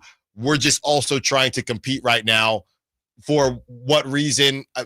We know the reason, but because we have to try to compete right now. Right. And maybe say they offer 4 years and $72 million, which is $18 million a year. Maybe Keon says, hey, maybe I'm going to get up to $20 million in the summer, but I'm just content just taking it, guarantee my money. If I get hurt, I'm locked up long term. I've got multi-generational wealth, which I know we talk about this with the NBA guys, but Keon Ellis's career earnings are like $4 million or like $4.5 million. Like, it's not the multi-generational wealth. No, you could trick that off easy. I'm not saying Keon would.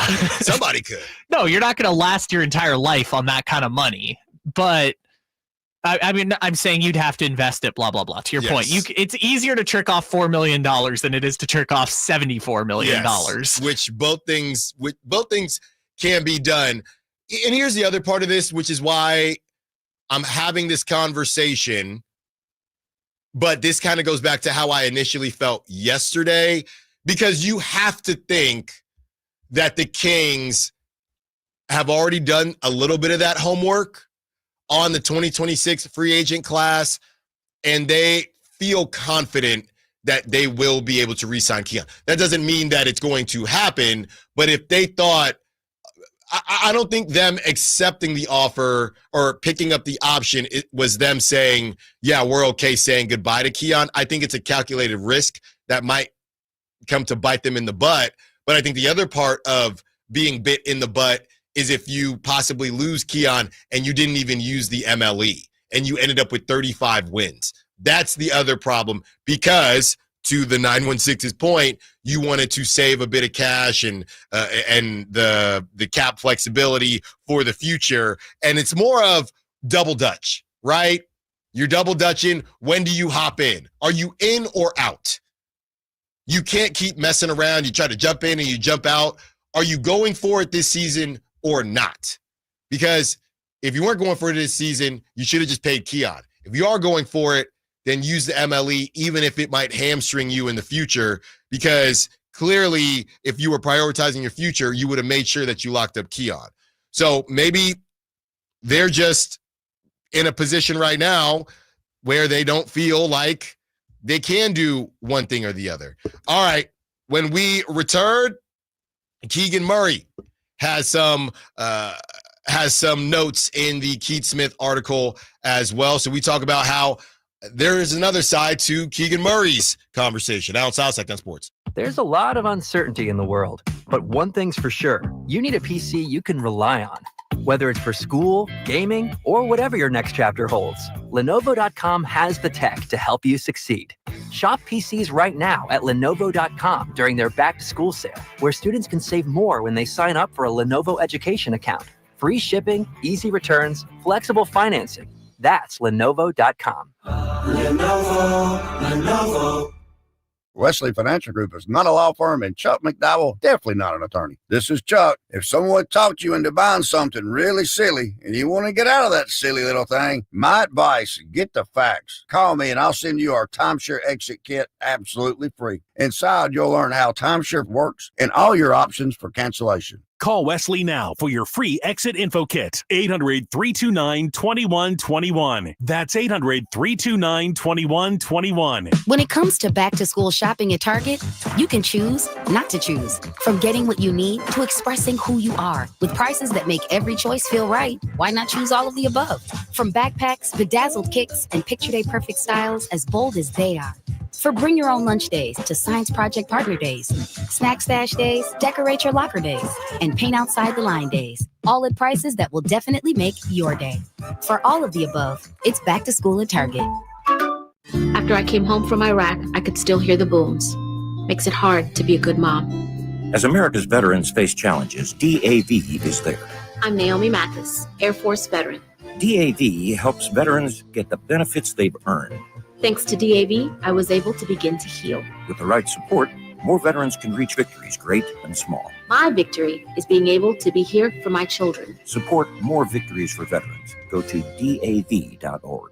The Hagen Oaks Cutting Edge Putter Fitting Studio offers you more technology, more choices, and more service. Hagen Oaks wants to be your go-to total golf game fitter. With $30,000 worth of state-of-the-art technology ready for your fitting, Hagen Oaks will help you make your best putting stroke while finding the best putter design, shape, hosel, length, and loft for your game. Schedule your fitting at the Hagen Oaks Player Performance Studio by calling 916-808-2531. That's 808-2531 for more. Xfinity TV is the best way to stream your favorite live sports, giving you an incredible viewing experience. From pregame to postgame, Xfinity gives you the best seat in the house with traditional TV, streaming stats and odds right from your TV. Get ready for a night out with Jordan Davis. It's Country in the Park 2, Saturday, September 13th at Cal Expo. Along with special guests Mitchell Tenpenny, Locash, Vincent Mason, and Abriana. Make it a family day out with food trucks, games, dancing, and more. Saturday, September 13th at Cal Expo. Sponsored by the California Army National Guard and Hot Valley Brewing. Tickets at CITPFest.com. Carmichael Dave here for my friends at American Energy Heating and Air. Yes, I always tell you they are a family-owned operation, been in business since 81, A-plus Better Business Bureau, but it is hot. We are in those Sacramento hot months. I want to focus on them being your second opinion partner. What does that mean? Maybe you've got somebody you're working with or you've worked with in the past in the HVAC world. Guess what? They want to give you a second opinion. How much does it cost? Nothing. You call them up and say, hey, can I get a second opinion on this deal? They come out and they either say, wow, that's a great deal. You should feel better about that. Or they say, we can beat that price. And usually they're going to beat it by a lot. Guess what? You just saved money and it didn't cost you anything to find out. It's a no-lose situation. Go with a trusted company. American Energy, 916-520-9990. That's 916-520-9990 or AmericanEnergyAir.com. Jingle Singers, take it away. Call 916-520-9990 now. At Kids Care Dental and Orthodontics, we're all about summer smiles. During July, we're having our Summer Smiles special with $300 off braces or Invisalign with no money down if you start treatment in July. And you'll have a chance to win Legoland tickets. Go to kidscaredental.com for more information.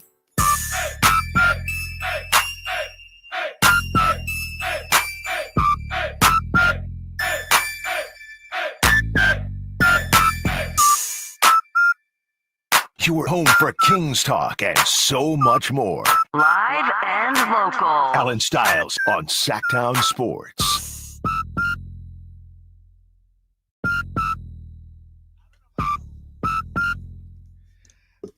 Giants rolling. Rafi Devers, 2 home runs. Okay, he has homered twice. 4 RBIs. 4 RBIs. It looks like, I mean, yeah, if I jinx this, well, the Giants just stink. But looks like Justin Verlander is going to get his first win in a Giants uniform. I mean, the Braves have a guy named Bummer pitching right now. I think you're fine. So he's finally going to do it, and the Giants offense waking up a little bit. I love a day game. I really do. I got something to bring up here on the text line. This is an interesting one. And like I said, when we get into the summer, my Carmichael Dave comes out a bit more than usual. And this 279 is really upset, but they're not upset about any takes that we've had or Keon Ellis or anything like that. They're upset that I mention the 916 as an area code, as Sacramento's area code. Okay. Allen Stiles, with my full government name spelled correctly. All right. They say from the 279, Allen Stiles, you show preferential treatment of the 916 over the 279. 279 is Sacramento's second area code. They go on to say 916 and 279 equals Sacramento. 209 equals Stockton and Modesto. So they are very upset that I don't shout out the 279 enough. Shout out the 279, man. I got love for the 279. I'm just saying, most of the time, 916 shows up. It's not even me. How often do I say shout out the 916? I know I do reference everybody in the 916. I guess now I have to make sure I say everybody that might have purple lenses on in the 916 or the 279. I don't think we have to placate to this person. I think this person just has a 279 number. 916-339-1140. Do I show preferential treatment? Do I need to shout out the 279 more? It's just this person, I guess, because we get, correct me if I'm wrong, we get more. I know 279 is like the secondary area code, but like we get more 209s. I know 530s than we do the 279s. I know. I'm just confirming here. Here you go. And this is what we've talked about before. The 279 area code in California was created March 10th, 2018. Yeah, because they ran out of 916 numbers. So maybe that's what's going on here. So I got love for you, 279. We literally celebrate 916 Day in Sacramento, right? September 16th is literally 916 Day. I don't know what to tell you, buddy. Well, we need a 279 day. We can't do that. It's just impossible. The 27th of September. That's 927. I know. Yes, I know that. Not 279. That's 927. When it's 2027, when we're in September of 2027. No. That's still 927. I'm trying 279. You what you want is February of 2079. Out of all the times I get kind of called out on this show, I didn't think that the reason I would get called out, hey, the normal call out about placating to Vivek Ranadive, I'm good with that. I did not think, hey, I do not show preferential treatment to any area. We only see a few 279s. Also, there's a lot of texters that text in, right? Like, it's hard to keep track of everyone. You know what? I want to take this moment and just say, if you are a 279, you matter. Yeah. You matter. We love the 279. We love you. Which is apparently the same as the 916. Right. I thought we were all encompassed together. While we're just talking about area code numbers, do you know the funny thing that happens with me when I give someone my phone number? No. So obviously I'm from San Diego. Mm-hmm. So I have the same phone number I've had since middle school. Okay. The area code I grew up in is 619. Yes. So every time I try, you're at the store and it's like, oh, do you want to put in your number? I'm like, sure, 619. And they always are like, do you mean 916? Oh. I'm like, no, 619. That's funny. People think that I'm just making a mistake when I say my phone number is 619. And they're like, Oh, wait. I'm sorry. Like even when they punch it in, some people like double take just to make sure they heard it right because they're just so used to hearing people say 916. 916. Well, start getting used to hearing 279. When I say 925, they just say, "Oh, you're a transplant. Get out of here. Yeah. Leave. We hate you." At least with mine, they don't know what to do about it. We cannot stand you. Leave immediately. When they know you have a Bay Area number too, that's the worst part. When it's one of the stereotypical ones that you know is from the Bay, like 707. Yeah, at least 925. Some people might not necessarily know, but if you're 510, 415, just leave. No luck. We don't want you. 510. Every time I see that on the text line, immediately block it out. I'm not trying to get political here, but my buddy who moved to Oregon, it was birthday yesterday, shout out Tyler, he said that he actually, because they did it, right? It's cheaper up there. It is what it is. So what? He said that he would not tell people they were from California. Oh, interesting. He said, because they just, why are you here? You're driving up the prices.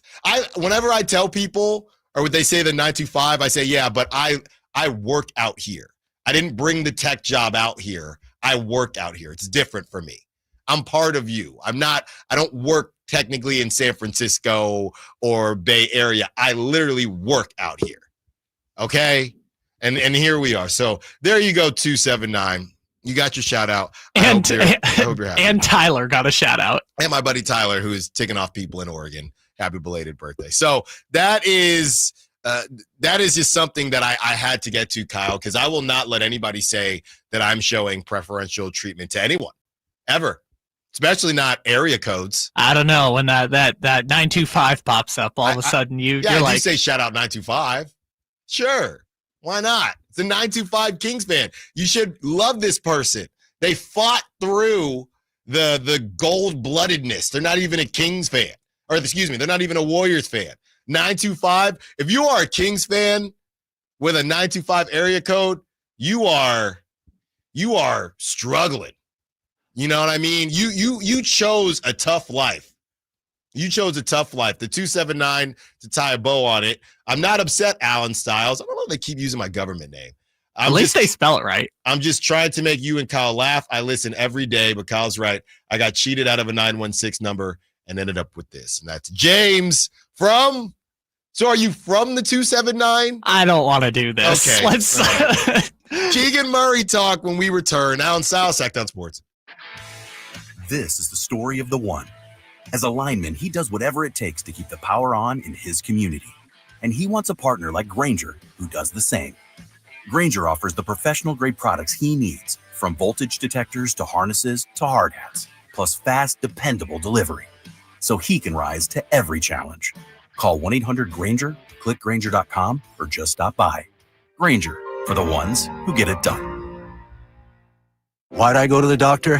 One day at the firehouse, I was so lightheaded I could barely stand. Even my crew noticed. Getting checked out was the right call. Turns out I have atrial fibrillation, which increases the risk of stroke about 5 times. Symptoms like irregular heartbeat, heart racing, chest pain, shortness of breath, fatigue, or lightheadedness can come and go. But if it's AFib, the risk of stroke remains. If you have symptoms, contact a doctor. I'm so glad I did. Visit NoTimeToWait.com, sponsored by Bristol-Myers Squibb and Pfizer. Some things can steal your sunshine. Ugh, I just got my hair done. Sorry, the cooler's broken. Anyone see my flip-flops? Anyone? But COVID-19 can steal a lot more. I just took a COVID test. Ugh.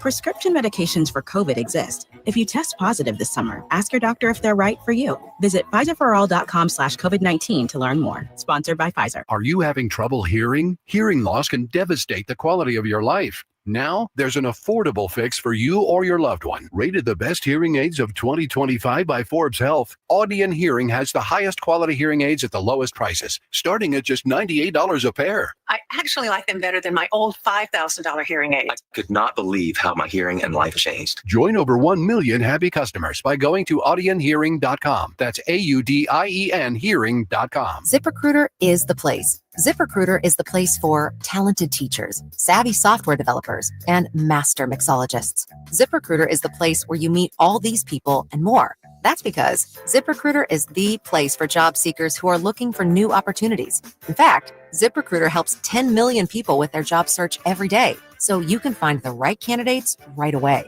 Try ZipRecruiter for free at ZipRecruiter.com/free. That's ZipRecruiter.com/free.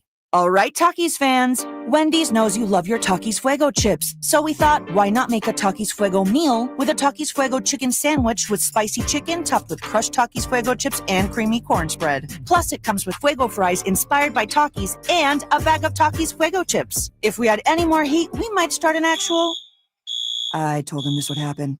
For an intense new take on Takis chips, gotta be Wendy's. Limited time only at participating U.S. Wendy's. Includes 1 ounce Takis Fuego chips while supplies last. Takis and Fuego trademarks are used under license. The summer sell down is on at Maida's Elk Grove Chevy. Save $4,250 off MSRP. Every new 2025 Colorado, C71, CR2, and Trail Boss in stock. And Maida Chevy saves you $3,000 off MSRP. Every new 2025 Trax in stock. $4,250 off new Colorado. $3,000 off Trax. Exclusively at the Maida Chevy Supercenter. Now that's big, huge. See them all at MaidaChevy.com. Together, let's drive. Not available with other offers. Hey, it's Carmichael Dave. I got to tell you, I am so excited to get this decking project started with Trex Decking and Railings. From the first time I stepped foot in the showroom last week, I was so impressed. So many color options, heat-resistant composite deck. What does that mean? That means I don't have to do any maintenance on it whatsoever. They even have a deck designer, so you can go online and see what your dream deck will look like on your house. Just visit Trex, that's Trex.com to get it started. Tell them Carmichael Dave sent you. With 25 award-winning years in Northern California,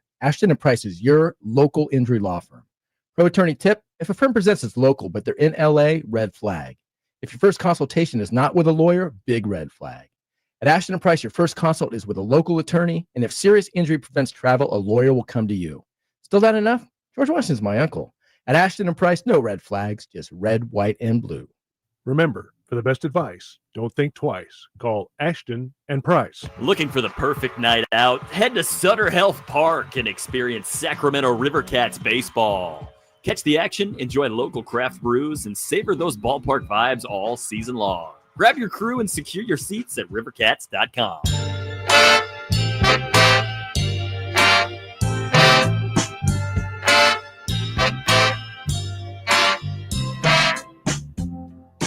Allen Stiles. Watch the show on youtube.com/SacktownSports1140. Or listen on the Sacktown Sports app.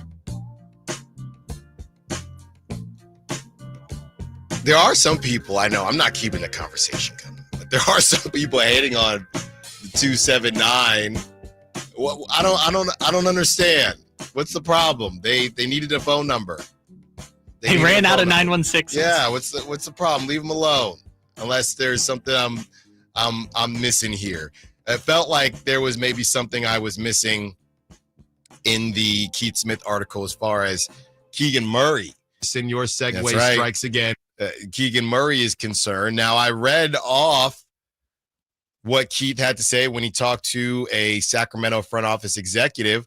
I read that off, and yesterday I felt good about it. And it's not that I feel bad about it now, but having some more time to kind of marinate and reread it after the show ended, there are some reasons, I think, to at least keep an eye on it. I'm not even going to say concerned, but keep an eye on it. We talked about Keon Ellis, and now we're going to discuss Keegan Murray. And this is from the article from Keith Smith on Keegan Murray and a possible extension. We're so happy with Keegan and his development. He's had a tough role every year, really. As a rookie, we asked him to shoot a lot more.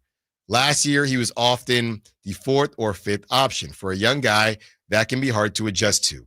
But to his credit, Keegan never balked. We feel like he's a top defender as his position and the offense is there. It's on us to make sure we don't let him go too long without getting involved, a Kings front office executive said. As far as an extension goes, Keegan and his reps know how we feel about him.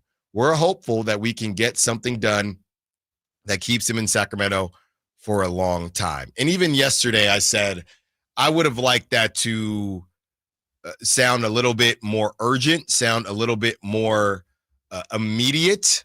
But now that we're here, and it kind of is what it is. I'll say this from the Keegan Murray breakdown of it. Is it possible that they don't view Keegan as highly as we think? And the reason I say that is because if you want to prioritize somebody, you're going to prioritize somebody. And the same way I picked out a line in what they said about Keon Ellis, I'm going to do the same thing here with Keegan Murray. It's on us to make sure we don't let him go too long without getting involved. That's when they brought up the offense. You have two guys right now in Zach LaVine and DeMar DeRozan. DeMar DeRozan top 20 in field goals attempted. Zach LaVine with top 26 field goals attempted. Okay? We know that DeMar DeRozan, not a guaranteed contract next season. Zach LaVine, on the other hand, he's guaranteed $50 million, assuming that he opts in, and why wouldn't he? So they're saying one thing, and I know you don't want to just remove DeMar DeRozan for a bag of peanuts. The guy's a Hall of Famer, but they're saying one thing, but how are they going to fix that this season? Are they going to play DeMar DeRozan less? You can't really play Zach LaVine less. You're paying him $50 million. Do they believe that Dennis Schroeder is going to be able to orchestrate things so that the ball is not going to be in DeMar DeRozan's hand as much? How are they going to prevent this? And I likened it to one of the great movies that everybody loves, right? When you look at young players, and it's the same idea with Jonathan Kaminga, which is why he probably won't take the qualifying offer because of how time works in the NBA. I'm going to reference a movie that everybody loves. It seems like it is re-released into theaters every single year, and that's Interstellar with Anne Hathaway. All right? Everybody loves Interstellar and the famous scene where he's banging on the ship. And it reminded me of the NBA. Because the NBA, if you remember, Miller's Planet, right? If you've seen Interstellar. So on Miller's Planet, basically, for every hour spent on Miller's Planet, approximately 7 years pass on Earth. That's what the NBA is, right? One season in the NBA is like 5 years in normal reality. This That's definitely been used with somebody in the 916 or 279 saying, and it's a picture of them putting on their Chris Webber jersey, choosing to be a Kings fan. I've seen that local guy Drew make that joke probably like 5 times a month. So, like anytime something gets brought up about De'Aaron Fox, yes, it's just this gif. Matthew McConaughey just banging on it. Just banging on the ship, right? And time doesn't move the same in the NBA. When you're 26 in normal life, the world is at your fingertips. You are a young stud. You are a young lady. Your whole life is ahead of you. When you're 26 in the NBA, people are starting to wonder, who are you? People were wondering that with Jake LaRavia, who's 23, and he's going to get an opportunity on the Lakers, but his option doesn't get picked up. That contract situation with the Grizzlies, he's ended up on the Kings, and now he's fighting to finally get that life-changing contract after this go-round, relatively speaking, of course.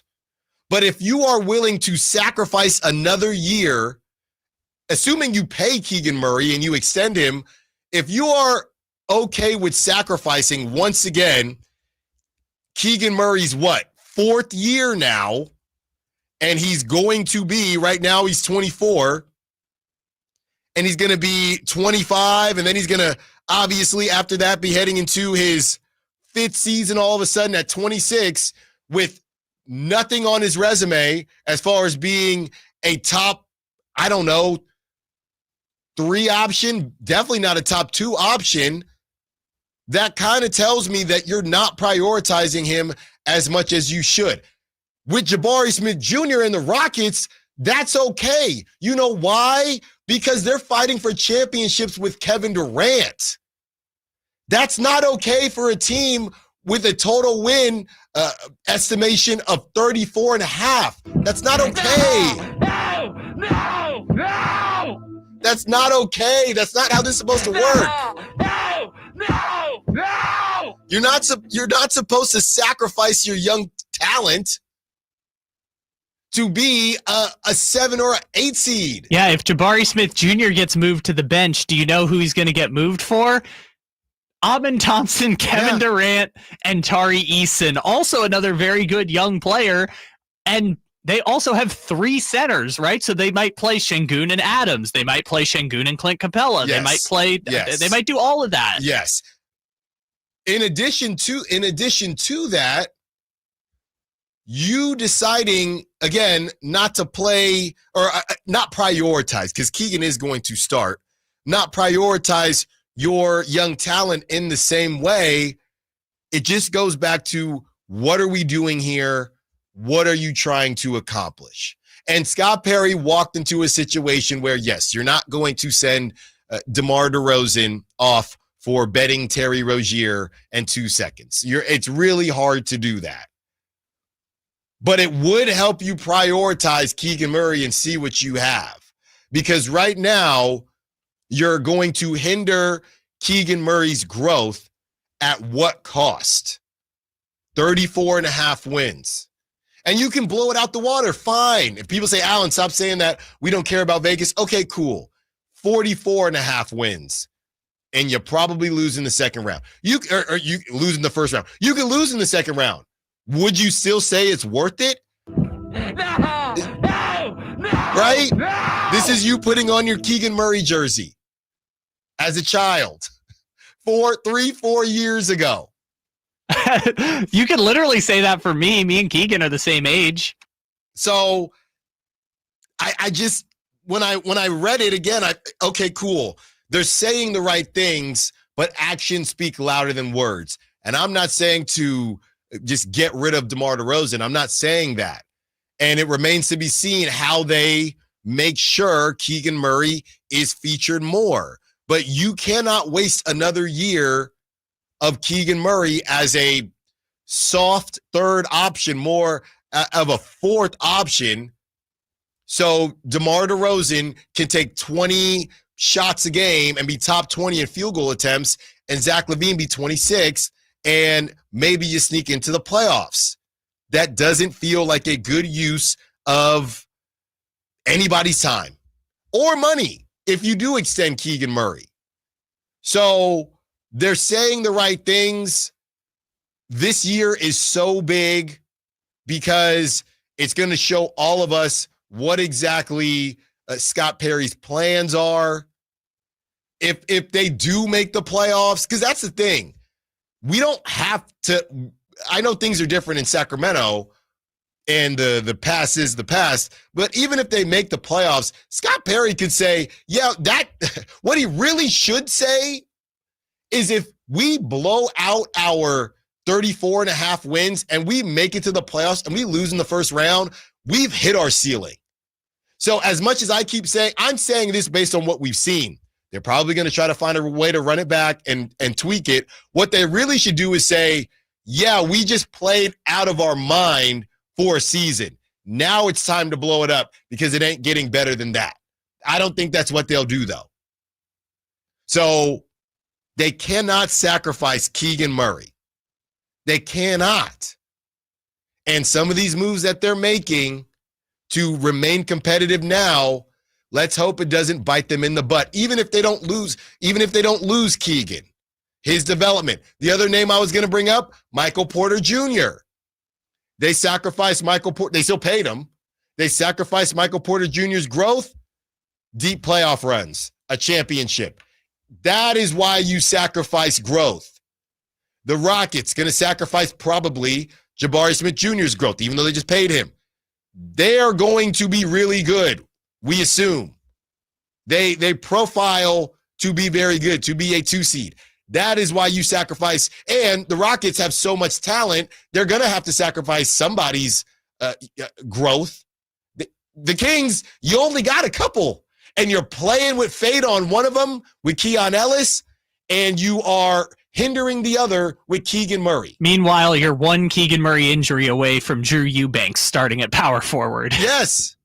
Or Kyle's boy, Dario Saric. That's where we're at. No!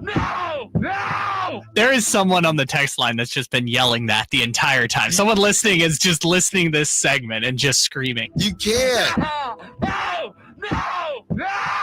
12 o'clock hour coming up next. What grade would you give Scott Perry so far? Allen Stiles, Tankathon Sports. This is the story of the one. As a safety manager at a manufacturing plant, he does everything he can to keep his coworkers safe. From finding ways to reduce risks to keeping safety supplies in stock. And for that, he relies on Grainger. Grainger offers a broad range of quality products and next-day delivery, so he can always play it safe. Call 1-800-GRAINGER, click Grainger.com, or just stop by. Grainger, for the ones who get it done. Hi, Sacramento. It's the No Surprise Guys at Bell Brothers Plumbing and Air Conditioning. Need a new water heater? Call Bell Brothers. Need a free plumbing estimate? Call Bell Brothers. Have a clogged drain? Call Bell Brothers and we'll unclog it for only $67, plus free camera inspection, valued at $250. We don't guess at plumbing and drain problems. We used advanced camera inspections and diagnostics. We're fast, reliable, and respect your time by showing up when we say we will.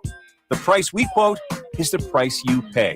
With more technicians, more trucks, and more experience, we get the job done right the first time. No surprises. Our technicians are all background checked, drug tested, and will leave the work area cleaner than they found it. Don't wait. Call Bell Brothers today or book online at nosurpriseguys.com. That's nosurpriseguys.com.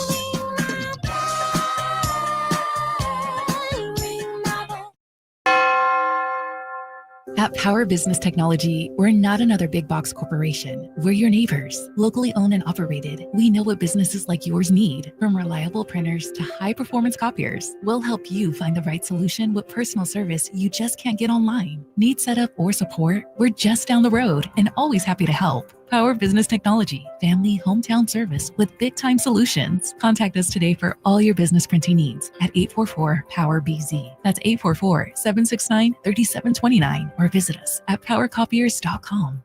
Hi, I'm Frank LaRosa with Golf to Go. I love spending a day on the golf course with invited friends, but not with uninvited mosquitoes, which can carry serious diseases like West Nile virus. Don't let mosquito bites ruin your round or your health. Stay safe while playing golf, hiking, or enjoying the outdoors with family. Defend yourself with insect repellent. For tips about your golf game, listen for Golf to Go. But for more tips on protecting yourself and your home from mosquitoes, visit fightthebite.net. There was always a crowd gathered around our dining table when I was growing up. Hi, I'm Frank LaRosa with a word about Naturewood Home Furnishings. Everyone was welcome at my mother's table, so holidays, birthdays, and celebrations always included family and friends. I used to think I was the most popular kid in the neighborhood until I realized that my friends were really there for my mother's incredible cooking. Years later, when I bought my own dining table from Naturewood, I made sure it was large enough to make friends feel welcome. And right now, during Naturewood Home Furnishings Dine in Style sale, you have an opportunity to find the perfect dining room furniture to help you create your own treasured memories. Choose from casual to formal or anything in between. Visit Naturewood Home Furnishings during the Dine in Style sale off Highway 50 at Hazel. Look for the water wheel.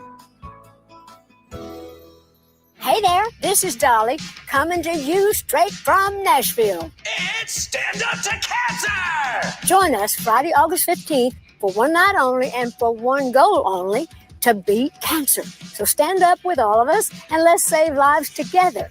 And if we join forces, we can end cancer forever. Tune in Friday, August 15th at 8, 7 Central on ABC, CBS, Fox, and NBC. For more ways to watch, visit standuptocancer.org/show. KHD HD1 Sacramento, KYMX HD3 Sacramento. From the Power Business Technology Toshiba Studios.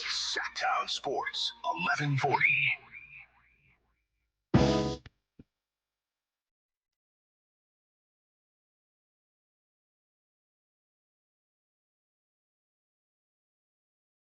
Live and local. It's Allen Stiles on Sacktown Sports. So Kyle has been cracking up, laughing during the break, and you got to go quickly if you are on social media. We're about to give grades on Scott Perry. I want you to be a part of the conversation. But Matt Mayoko, who covers the Niners for NBC Sports Bay Area, I believe, he just kind of changed up his gig a little bit. He'll be doing pre and post for them on the TV side. Obviously, he's been covering the team for decades. You know, training camp just got started, and everyone is getting the rust off. Basically, Matt Mayoko posted, and this was only 15 minutes ago, and it's already blowing up. And he's probably doing something else and maybe doesn't know yet. But basically, he tweeted, Juwan Jennings caught 3 passes during team drills. As he seeks a new contract, he's not taking the hold-in route. The only problem is on passes, he has a typo and he forgot the P. So people are just having quite the time in the comments about Juwan Jennings catching 3 passes without the P. Yeah, let's just say butts. Yes. Caught 3 butts during team drills is what it says. And grown adults just turning into 3rd graders all over the comments. I mean, you were just reading them one after the other. But Yeah. also, what an unfortunate sentence to have that mistaken. I've only caught 2 on my best day. You got to stop. You're gonna make me laugh. I beg your pardon? Caught 3 butts during team drills also is just unfortunate. Yeah. Caught 3, must be busy. Did they say who it was? Who was the guy who said I've only caught 2 on my best day? Yeah, just yeah. That was my favorite. Yeah, people are just saying he did what exactly? My wife is in attendance. Can you please confirm she isn't one of the 3? See, that I don't think that one was very good. All the other ones were great. People liked it. So there you go check that out. He's going to have I mean, if you're Matt, do you just keep it at this point? Do you just leave it? Now what I'm also doing is I'm going through the quote tweets now. My God. It's Someone it's says, very good. Dang, right there in practice. That boy wild. What a dog. So that was someone on the quote tweet. Can't wait to pull the film. Yeah. Somebody else. I laughed far too much at this. So there you go. This is so good. Training camp is underway for the NFL. Right now, the question is, the Kings offseason and the moves, are they still underway or are they nearly done? We are discussing right now Scott Perry and the grade that you would give him. And we already see some texts coming in. We're going to read off your texts as well. By the way, Lumineers tickets coming up in less than an hour now because that's at 1 o'clock. You are now a part of a 30-minute commercial-free segment at the top of the hour as we break down all things Scott Perry. And as I kicked off the show, we can sit here and say the move so far, but if they're not trying to if they're trying to keep that flexibility, and again, in essence, the Kings are weighing the benefits of using the MLE against potential constraints it could impose on their overall roster construction and financial flexibility. They are likely exploring all available options to improve the team while remaining mindful of the salary cap and luxury tax implications. This is a situation where now the question becomes autonomy. Is this a Scott Perry decision, whether they use or not use the MLE, or is this a Mr. V conversation? That's where this thing starts to get a bit sticky. Now, we can only go off of what Scott Perry said, and at that time, he said he has full autonomy. When he was on these airwaves talking to Carmichael Dave, that's what he has said this whole time. He has remained strong in that stance. Again, the thoughts of using the MLE, it's not free money. While using the MLE could bring in a valuable player, it would also significantly impact the Kings' salary cap situation. They might prefer to maintain some financial flexibility to address potential future needs or capitalize on unexpected opportunities. It would, using the full thing would trigger a hard cap, meaning the Kings would be unable to exceed the first apron of the luxury tax for the 2024-2025 season. For any reason, this could limit their flexibility in making further roster moves such as trades or re-signing players. For those out there saying, why are they done? This is why they might be done. So we don't know or not whether they want to make another move outside of Westbrook and maybe Ben Simmons, as Brian Windhorst is saying there's still some connection there, or might be a little bit past tense. Okay, Kyle, and we're going to read off everybody and call in as well, 916-339-1140. 530 says A on the draft, C overall, because Schroeder is not the answer, and they have a DeRozan problem still, as you outlined. So 530 is giving Scott Perry a C. This is whether I will either get called a hater or carrying the Kings' water. And it's probably going to come off like I'm carrying Scott Perry's water a little bit, because I'm giving him a B. I'm giving him a B. B, you know I love to break down the GPAs. B, last time I checked, I don't know if things have changed, but B means very good. A is excellent. C is average. I'm giving him a B, not a B plus, not a B minus. I'm giving him a B. It's probably an 84. It's probably closer to a B minus, because I just think they gave Schroeder a little too much money. But I don't know how you get rid of DeMar DeRozan. They weren't hasty and got rid of Malik Monk. That might be able to help them down the line, whether I want to move off of Malik Monk or not. I'm not in control of it.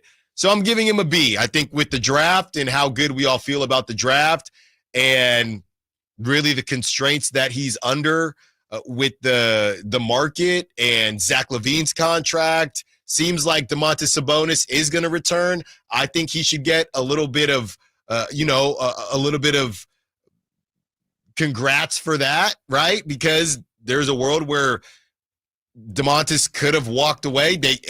We want to keep Domantas. He needs a point guard. Let's go get a point guard.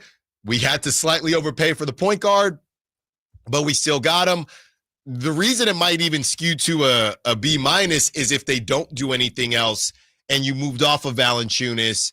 I don't love that. Dario Saric does not move me at all. I haven't seen the brother play in a year. The last time Dario Saric played, I think I might have still been living in the Bay Area, and Baby Styles was not walking or talking yet. So I don't know what to do with the Dario Saric thing. I'm not moved by it. I'm not moved by Drew Eubanks. I don't want to get I don't want to go back and forth on some of the lesser moves, but I'm going not a B minus, but I'll go a 84, a soft B. Okay. I understand the process there.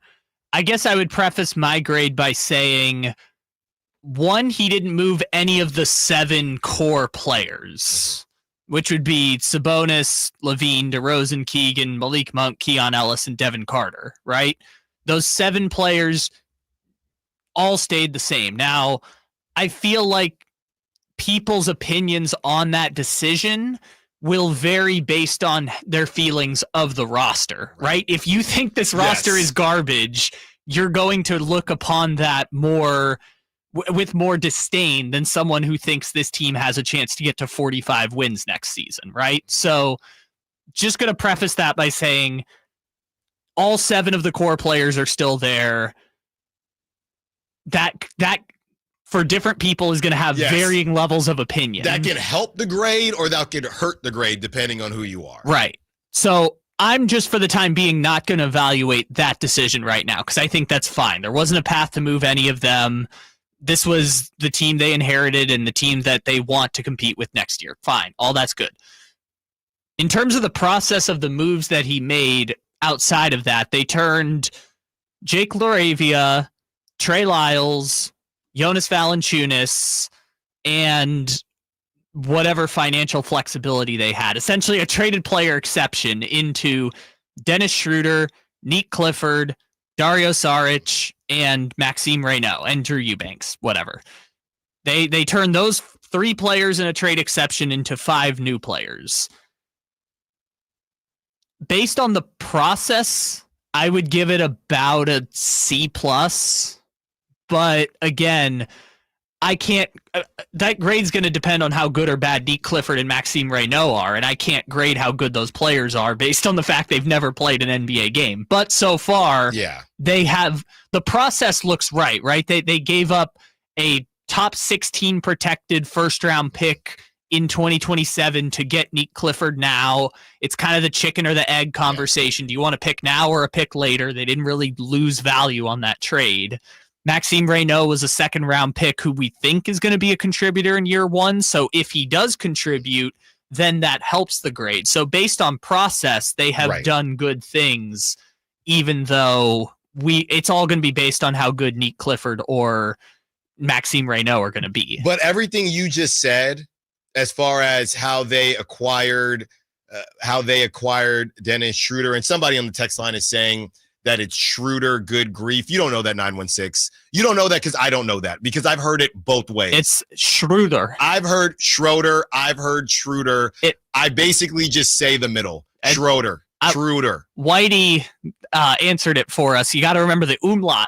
I was saying Schroeder, and then I heard Schroeder. Well, people are saying it wrong. The German pronunciation is Schroeder. Yeah, the dots. The 2 dots. The umlaut. I've been saying Schroeder. But then I think I'm not going to say who, but I think it was somebody in the Kings organization was saying Schroeder. Look, it's fine. It's pronounced Schroeder, but we're just going to call him Schroeder or Schroeder. It's fine. It was really, are you German, 916? Everything you just said, right? You didn't even mention what this person said, and we don't know who it was that spoke to Keith Smith, that they could lose. They sacrificed Keon for it's all this financial flexibility, right? It's all this financial flexibility, but you're only likening it to they've done 3 different things. This is what's confusing to me. And now I'm kind of talking myself into a B- because what actually is it, right? You had the Jonas Valanciunas dump, which is fine. But I'm saying we've heard about 3 different things in order to bring in Dennis Schroeder the way you wanted to bring him in. Jonas Valanciunas salary dump, not picking up Keon Ellis' option, and I think we discussed one more. So was all of this, if all of this was done for Dennis Schroeder, that's worse to me. I guess what's tough about that is what I'm surprised by is that DeRozan is still on the team, right? They decided they weren't going to get an offer they wanted, so they just held on to DeRozan. What I thought they were going to do was use that flexibility in a DeRozan trade to make it so that come 2026, that's off the books. We can extend Keon Ellis. We can extend Keegan Murray. No financial questions involved. We're still going to have space to make moves. Again, if they're 10 games below 500, they might still sell at the deadline. But now I just look at it like I don't know what the plan is based on 22. Like if they're good, I understand what the plan is come 2026. If they're kind of in the middle, are you still planning to bring back Keon Ellis? Are you still planning to do that? I also still, maybe part of it too is I think a Keegan Murray extension is going to get done before training camp. That's not sourced information, just reading the situation. It's a very easy contract negotiation. If they want to bring him back, the price is pretty obvious what the price is.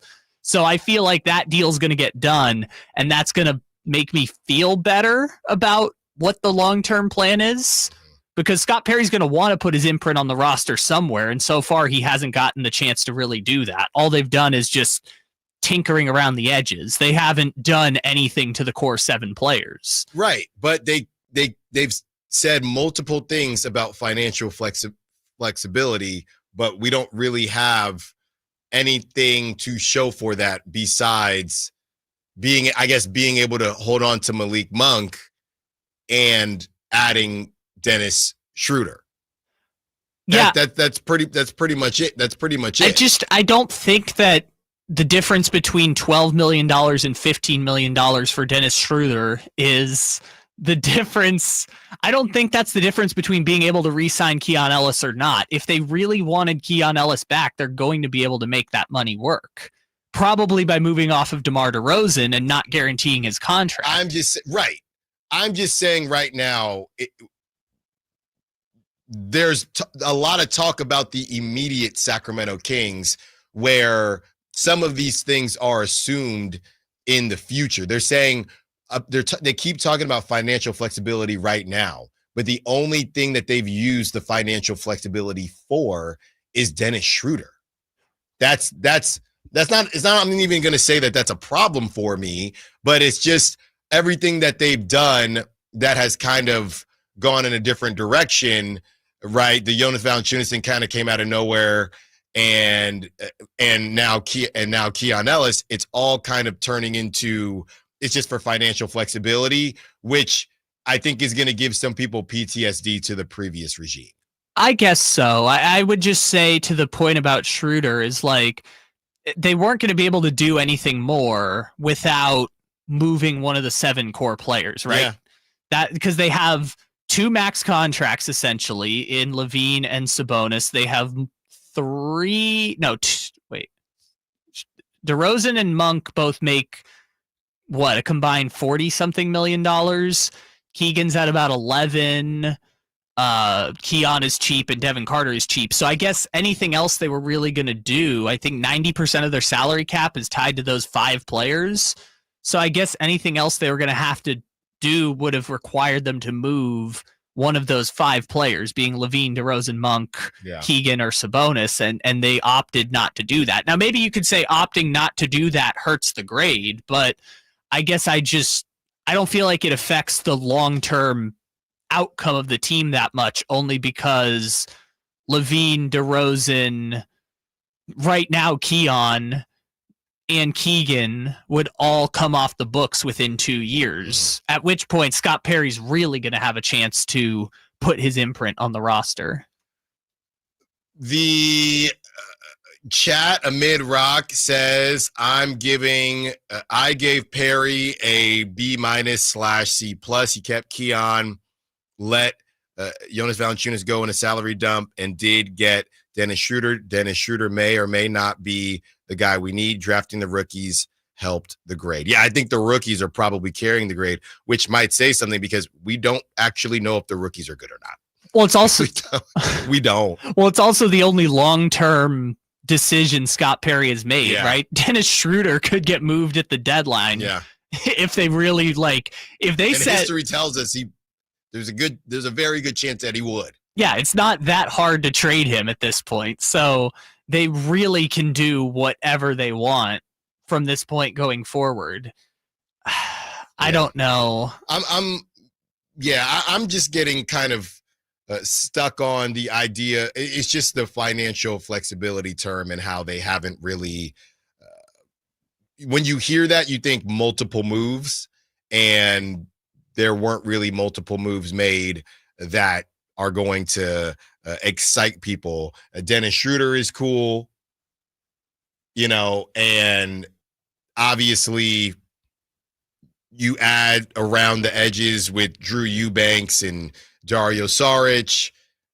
It's more of a confirmation that the moves were made for the immediate future, for this season, or the moves were made for maybe decisions that could happen down the line. And they're not going to have to tell us that. They don't have to tell us that, but it's just been kind of hit or miss on it all. But I'm sticking with a soft B, even though I almost kind of veered into the C+ range. Yeah, I guess if we take every transaction individually, signing Dennis Schroeder, which, by the way, I'm looking at Basketball Reference, it's Schroeder, if you're pronouncing it Schroeder, according to Basketball Reference. That move doesn't really move the needle either direction for me, because he's what you would call a fringe starter at this point in the NBA, right? The last few years he's gone between starting on the Raptors to starting on the Nets to backing up on the Warriors to backing up on the Pistons to now going back to a starter on the Kings. He's kind of the 28th or 29th best point guard in the league, you would say at this point. They got not bad value for him. I mean, it's essentially a 2-year contract with a essentially team option for the third year.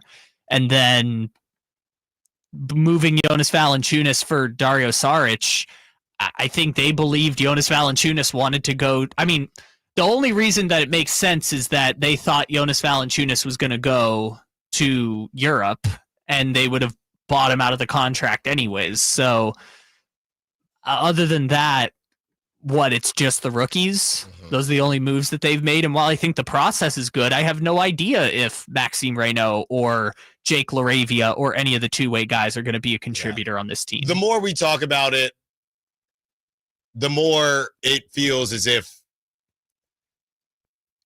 it's hard to give.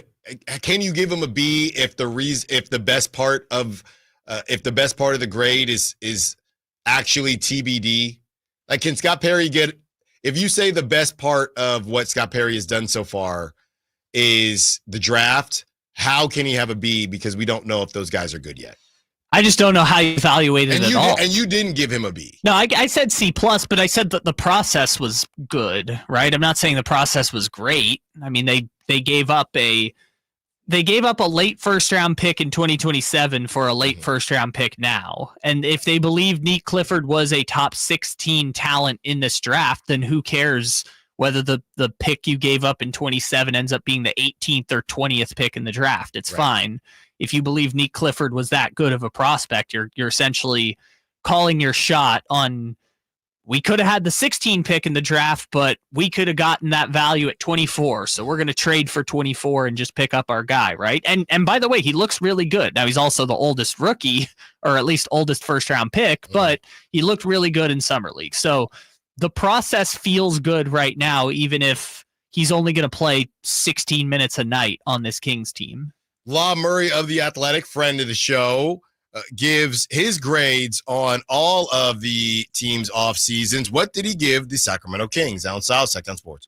The Giant Summer Sale is here. Get giant savings on our Giant selection only at Folsom Lake Honda, your one-stop Honda shop. Looking to own or lease? Save during the Honda Summer Event and drive a brand new Accord or Civic. See all our specials at FolsomLakeHonda.com. As a family-owned and operated dealership since 2009, customer service is our #1 priority. Our customers love doing business with us, and you will too. Folsom Lake Honda. Go to FolsomLakeHonda.com. Your one-stop Honda shop. Get ready for a night out with Jordan Davis. It's Country in the Park 2, Saturday, September 13th at Cal Expo. Along with special guests Mitchell Tenpenny,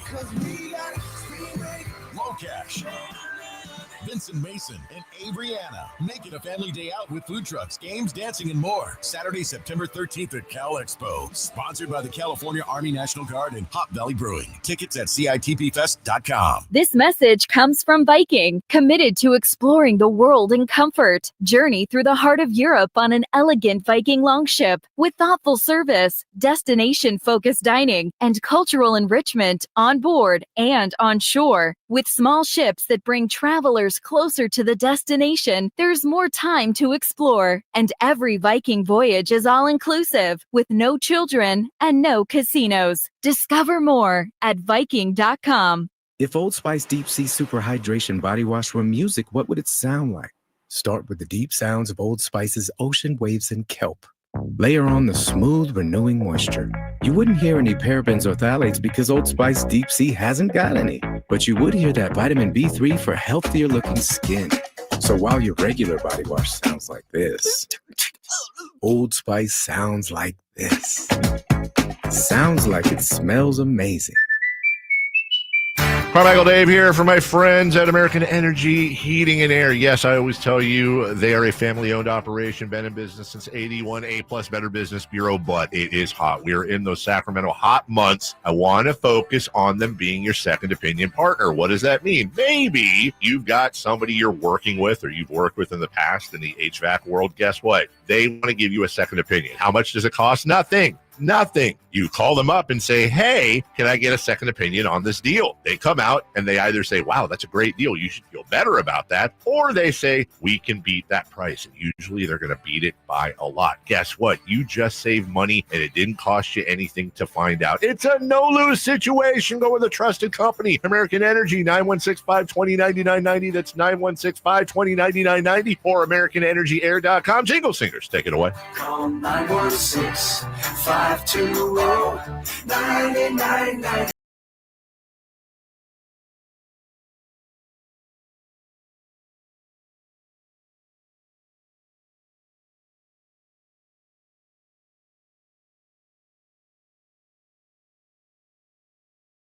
You can join the show by texting 916-339-1140. On Sacktown Sports.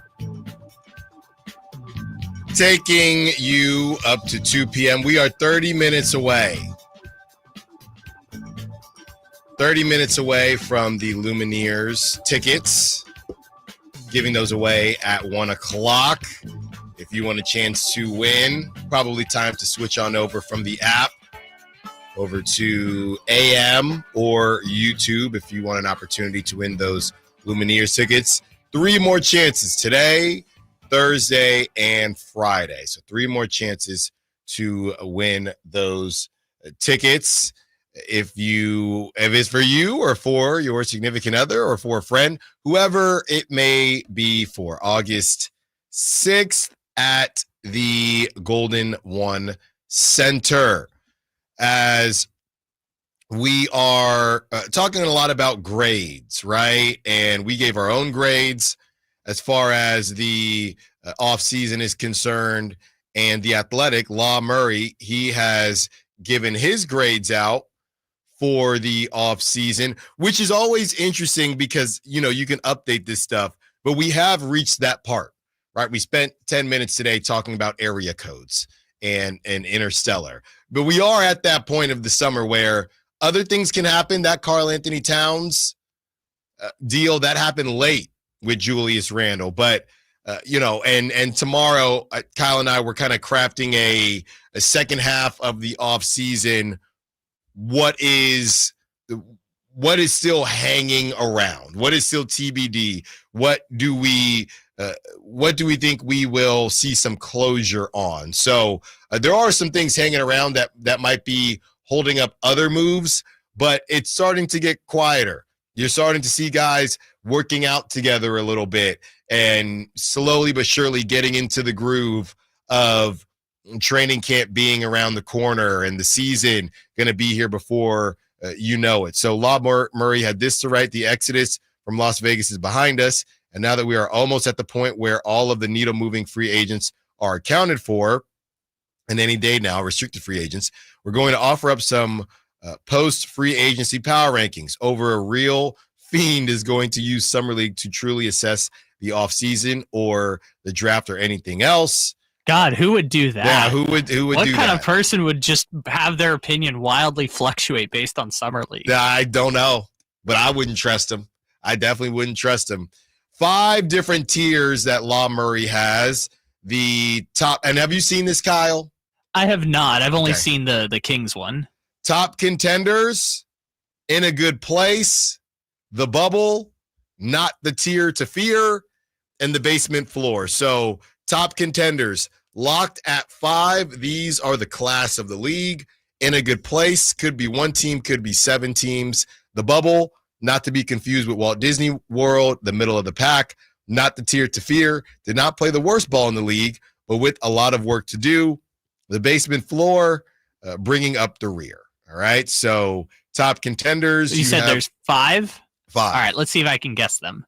Okay. Let's see. We have, let's go Thunder, Nuggets, Rockets, Lakers, Cavaliers. Oh, I forgot the Knicks. Shoot. Okay, take out the Rockets, put in the Cavs, and then the Knicks. So Thunder, Nuggets, Cavs, Knicks, Lakers. I don't get it. And I'm the only one that doesn't get it, Kyle, but it is not the Lakers. Okay. It's the Minnesota Timberwolves. Oh, okay. That's fine. It's not fine. They've been to the conference finals twice in a row. Come on. So that is the top tier. Tier 2 in a good place. You have the Rockets, the Clippers, the Magic, and that's it. He said it could fluctuate. Oh, no Lakers. Tier 3, the bubble. Number 9, Golden State Warriors. Number 10, Detroit Pistons. Number 11, Los Angeles Lakers. Number 12, Milwaukee Bucks. Number 13, the Atlanta Hawks. Number 14, the Memphis Grizzlies. Number 15, the Indiana Pacers. Number 16, the Boston Celtics.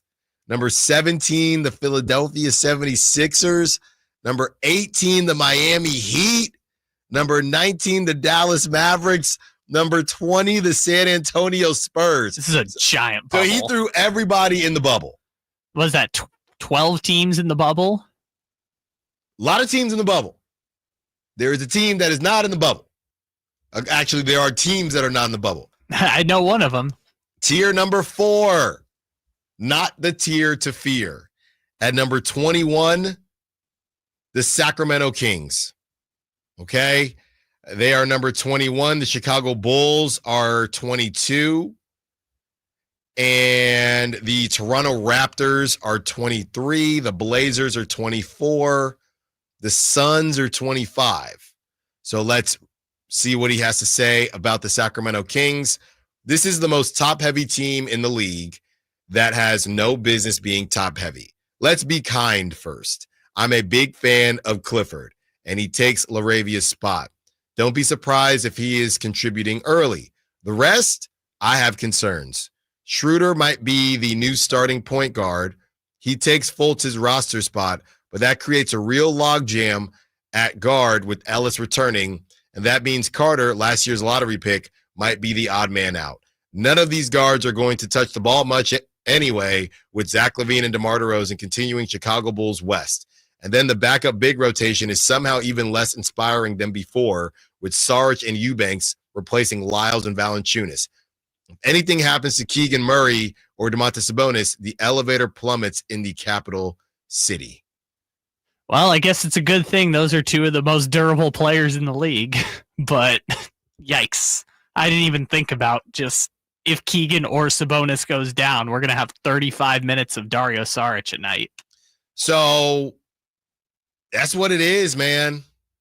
That's just where people view the Kings, and it hasn't really changed, right? I haven't found. How about this? Can we find a national writer that thinks, I don't know, man, and I tried at Summer League. I don't know, man. The Kings are kind of cooking something. I just can't find it. Yeah. I don't know. If I did, I would have found it by now. But the West is just too deep. Who else is, since you have it up, what other Western Conference teams are in the... not the tier to fear. Not the tier to fear. I'm guessing Phoenix, New Orleans... The Kings, the Blazers. Okay. And the Suns. Oh, so the Pelicans were in the bubble? No, the Pelicans are in the basement. Oh, wow. Yikes. Well, at least they have their first-round pick next year, right? They didn't just trade it for Derek Queen? The Pelicans are in the basement floor. They are number 26. The Hornets are 27. The Jazz, 28. The Wizards, 29. The Nets, 30. Well, there you go. 11th place in the West, baby.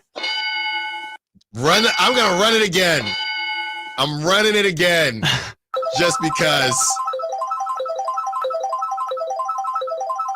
I think my computer's broken. With the 9th pick, I reset it. I'm refreshing it, and I'm going to continue to do it. I just did it again. With the 8th pick.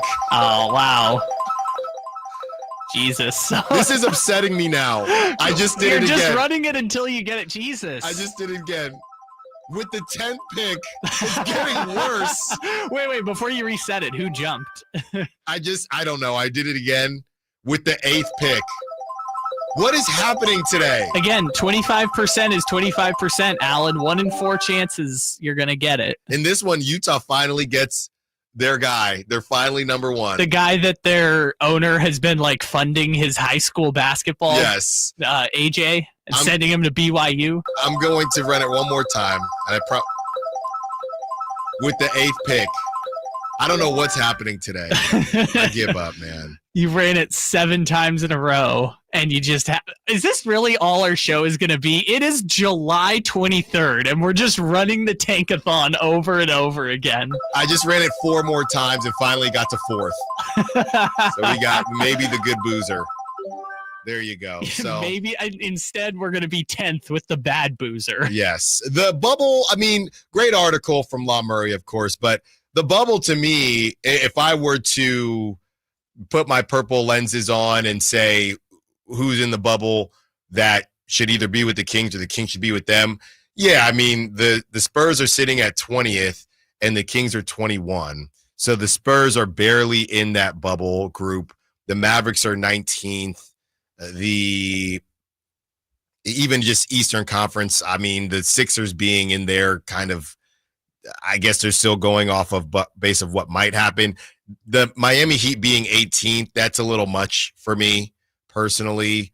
As we go up, you know how I feel about the Memphis Grizzlies. No way they should be 14th. And then after that, yeah, I'm not gonna mess with anybody in the top 15. But some of those teams, I do think that there is, and I hope I'm right. I could be dead wrong, but I do feel like everybody is really low. 2 things can be true, right? The Kings can not be in a great spot, but people are piling on a little bit. And some of it is actual fans, right? Fans as well that are also piling on. But you're entitled to fan how you want to fan. You're just not going to convince me that that the Kings are the 26th best team in the league. You're just not going to convince me of that. And somebody on the text line saying pretty spot on, you're just not going to convince me they're 26, man. I mean, you can convince me they're 11th or 10th in the West still, because again, they didn't change anything from last year. And going based on net rating post trade deadline. What do you mean they didn't change anything from last year? They have the same 7 core players are back, right? They've changed around the periphery. They've added Dennis Schroeder. They subbed out Nique Clifford for Jake LaRavia. That's not the periphery, Dennis Schroeder. Okay. That's not. Point is, other teams have made bigger acquisitions, right? The Spurs added 2 lottery picks and are going to get De'Aaron Fox and Wemby together for the first time. Portland just drafted Yang Hansen and we're on the rise last year. And they said it was a reach, Kyle. I know. I'm just saying Portland was as good as the Kings the second half of last season. New Orleans is going to get healthy. Dallas is going to get healthy. They're kind of like the West hasn't changed all that much because other than Kevin Durant, none of the 30 best players have switched teams. You're not going to convince me, man. I can't do it. Okay. I can't do 26.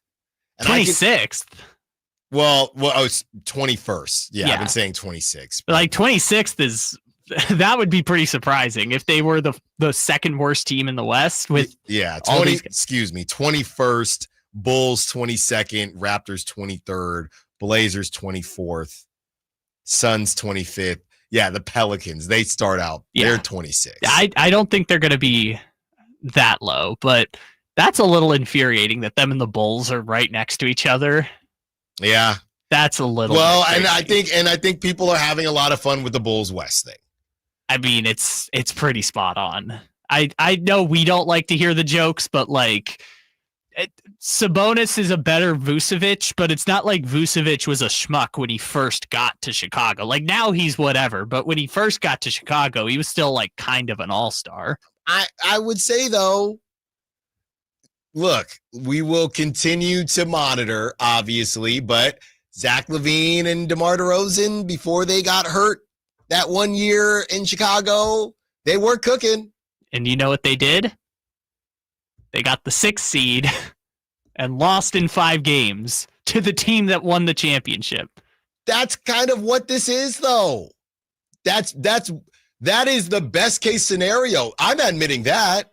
I'm just not saying I'm not admitting that I'm not saying that the ceiling is really any higher than anybody else thinks. And this is, I guess, just a sad argument in general. I'm just arguing that the floor is not as low as everyone thinks. Maybe. And I would say if you're looking for optimism, I know no one is no national writers are getting there, but the optimism is if Sabonis can get back to playing MVP type basketball, and again, he got MVP votes. I'm not saying let's just say all NBA level basketball. If he can get back to playing all NBA level basketball, they will be better than they were last year. That's a big if, but we're talking about like minuscule improvement on a team that the ceiling probably is 48 wins. When we return, there are some similarities between the Kings and the San Francisco Giants, who actually won a game in a comfortable fashion. Justin Verlander getting the W. Allen Stiles, Sacktown Sports. The success you've already had matters at University of Maryland Global Campus because we're a school for real life. An accredited state university, UMGC lets you earn up to 90 credits toward a bachelor's for prior learning and relevant life and work experience, or transfer up to 12 credits toward a master's. We offer affordable tuition and online and hybrid courses. Classes start August 13th. Apply now and save with no application fee. Learn more at umgc.edu. Certified to operate in Virginia by Chev. I can't believe how spotless my floors look after using the Swiffer Power Mop. No more dragging around a heavy mop and messy bucket. Now I get the same deep clean without all the work. Thanks to the powerful solution and scrubbing pad of the Swiffer Power Mop, dirt and grime don't stand a chance, and I don't break a sweat. Mic drop. Mop drop. Swiffer Power Mop. Swiffer Power Mop. A smarter way to mop. Try it or your money back. Staples presents That Was Easy. Seems like back to school happens earlier each year. First day of school coming in hot. And this year, my kids had massive supply lists. Folders, notebooks, and pens. Oh, the humanity. But Staples had everything I needed, with some items just 25 cents. Watch the small print. No. My back to school budget was saved by Staples Easy Button. Everything for school, in stock and as low as 25 cents. Staples. That was easy. In-store, online, and on the app. In 23 while supplies last. ZipRecruiter is the place. ZipRecruiter is the place for talented teachers, savvy software developers, and master mixologists. ZipRecruiter is the place where you meet all these people and more. That's because ZipRecruiter is the place for job seekers who are looking for new opportunities. In fact, ZipRecruiter helps 10 million people with their job search every day, so you can find the right candidates right away. Try ZipRecruiter for free at ZipRecruiter.com/free. That's ZipRecruiter.com/free. If you're 55 or older and into that whole saving money thing, T-Mobile has an exclusive phone and internet bundle just for you. Right now, get 2 unlimited phone lines plus 5G home internet for just $30 each per month with autopay, plus taxes and fees. And with 5G home internet, setup is easy with just 1 cord and no technician needed, which is great if you're also into that whole keeping it simple thing. Switch now and experience the best mobile network in the U.S. Visit your local store to start saving. T-Mobile, it's better over here. Based on analysis by Ookla Speed Test Intelligence data Q4 2024 to Q1 2025. Ookla trademarks used under license. Unlimited on our network. Customers on voice plan may notice speeds lower than other customers and further reduction if using more than 50 gigs a month due to data prioritization. Video streams and SD on this plan. Home internet pricing after $20 a monthly bill credit plus $5 per line without autopay. Debit or bank account required. See 5G device coverage and access details at T-Mobile.com. Hey, it's Carmichael Dave here for Capital Casino, Sacramento's #1 poker room, inviting you to come join them every Wednesday for their midweek madness drawing, giving away $2,000 in total cash starting at 6 p.m. It's a safe and friendly environment, plenty of well-lit parking available, and it's conveniently located right there in downtown Sacramento. And remember, best food, best service, best games, 411 North 16th Street in downtown Sacramento. For more information, log on to capital-casino.com and gamble responsibly. 1-800-GAMBLER. People are coming from all over to Sacramento Chrysler Dodge Jeep Ram, from Folsom, Elk Grove, Woodland, Roseville, because they've seen for themselves the huge selection and the best prices at SacSuperstore.com. Good luck finding a lower price anywhere else. And if you do, they'll match it. It's as simple as that. Sacramento Chrysler Dodge Jeep Ram, where a handshake still means something. Open until 10 o'clock and centrally located right across from Hagen Oaks Golf Course. And online at SacSuperstore.com. The guaranteed lowest price and the best selection of Dodge, Chrysler, Jeeps, and Rams. SacSuperstore.com. This is the story of the one.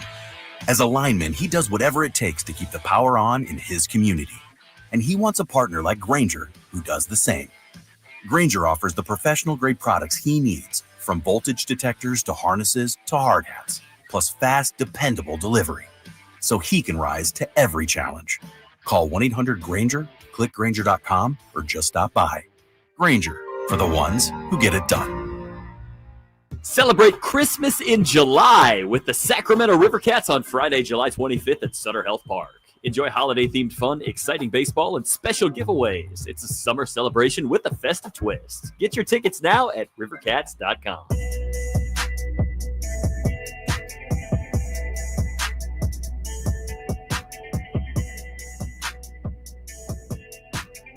Allen Stiles. Watch the show on youtube.com/Sacktown Sports 1140. Or listen on the Sacktown Sports app.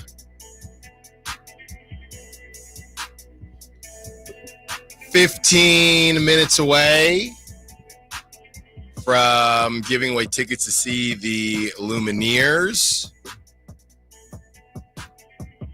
As we break down where the Kings currently are, we have some NFL coming up in the 1 o'clock hour. It's getting worse for the Niners wide receiver situation. Remember that 5'9" when we were joking about that meme with all the different wide receivers, how somebody had gotten shot, somebody had gotten hit for a DUI, then somebody was just 5'9". Yeah, there was like torn ACL. Yes.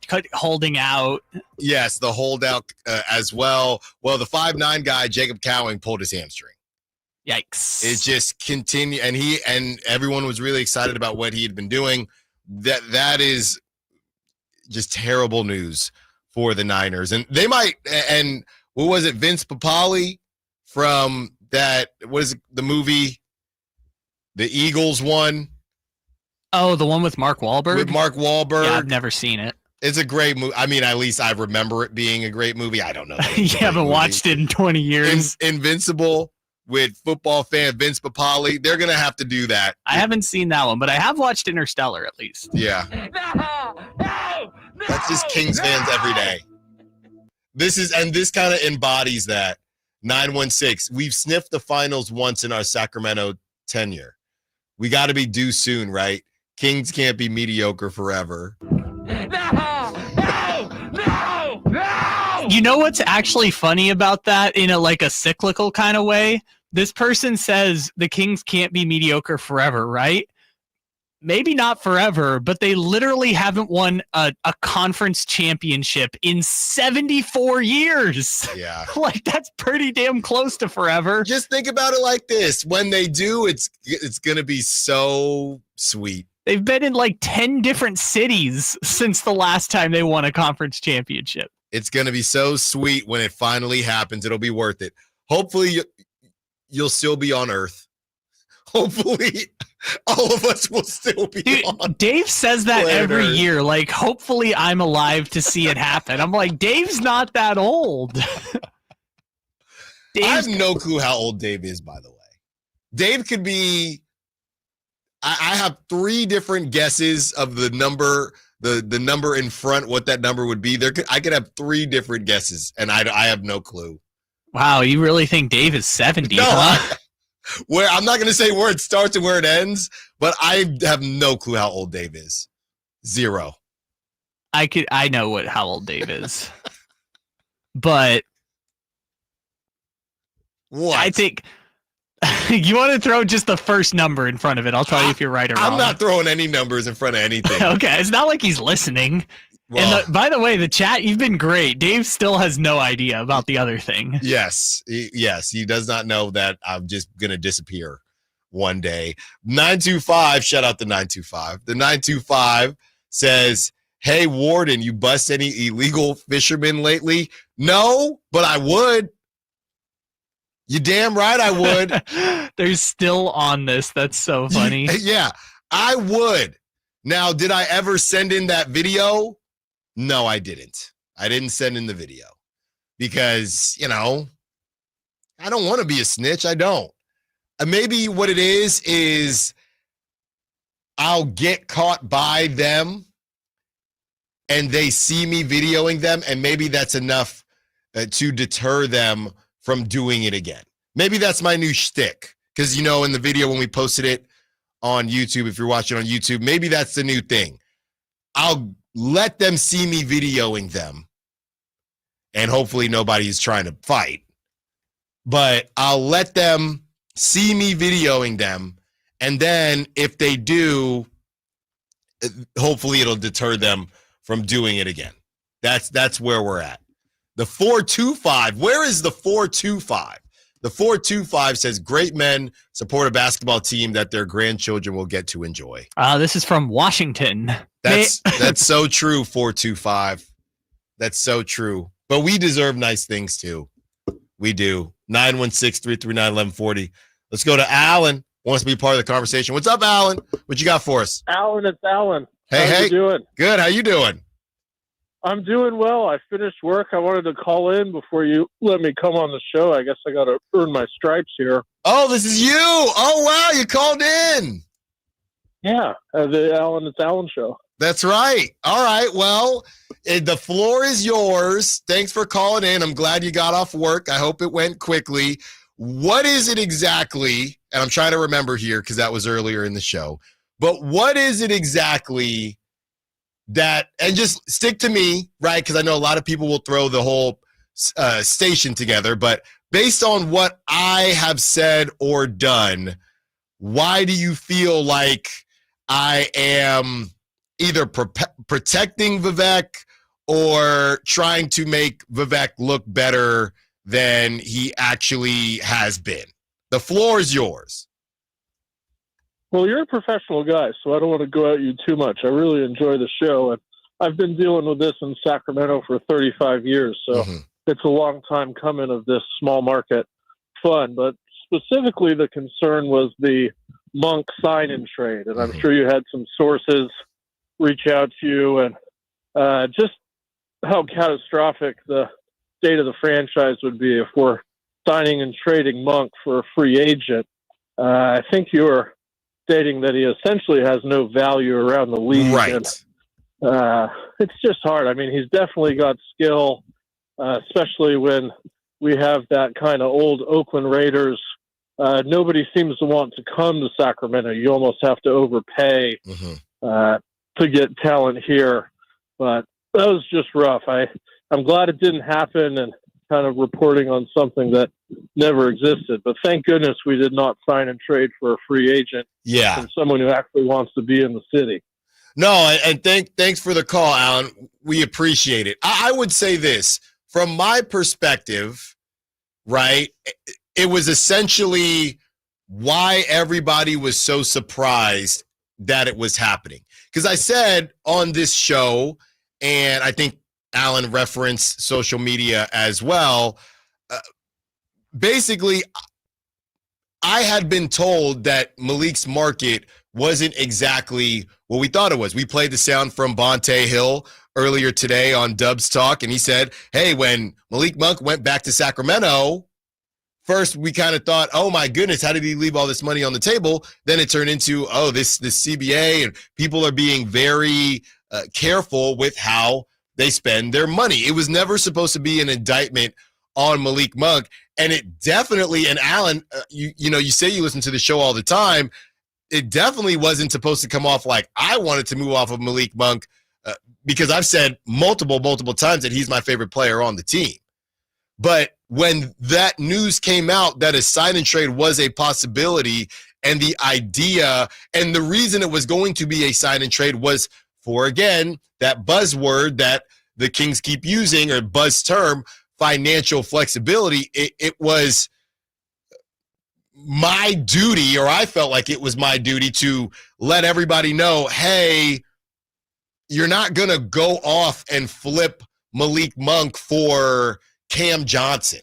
You're not going to do that. That's not where his value is at. So this is a new regime. And I also, as the 425 brought up, great men support a basketball team that their grandchildren can enjoy. I also was trying to give Scott Perry the benefit of the doubt to see what he was trying to do here. It wasn't necessarily about protecting anybody, but I'm doing the math in my head saying, okay, it sounds like Malik Monk didn't have that much of a market when he was a straight up free agent last season.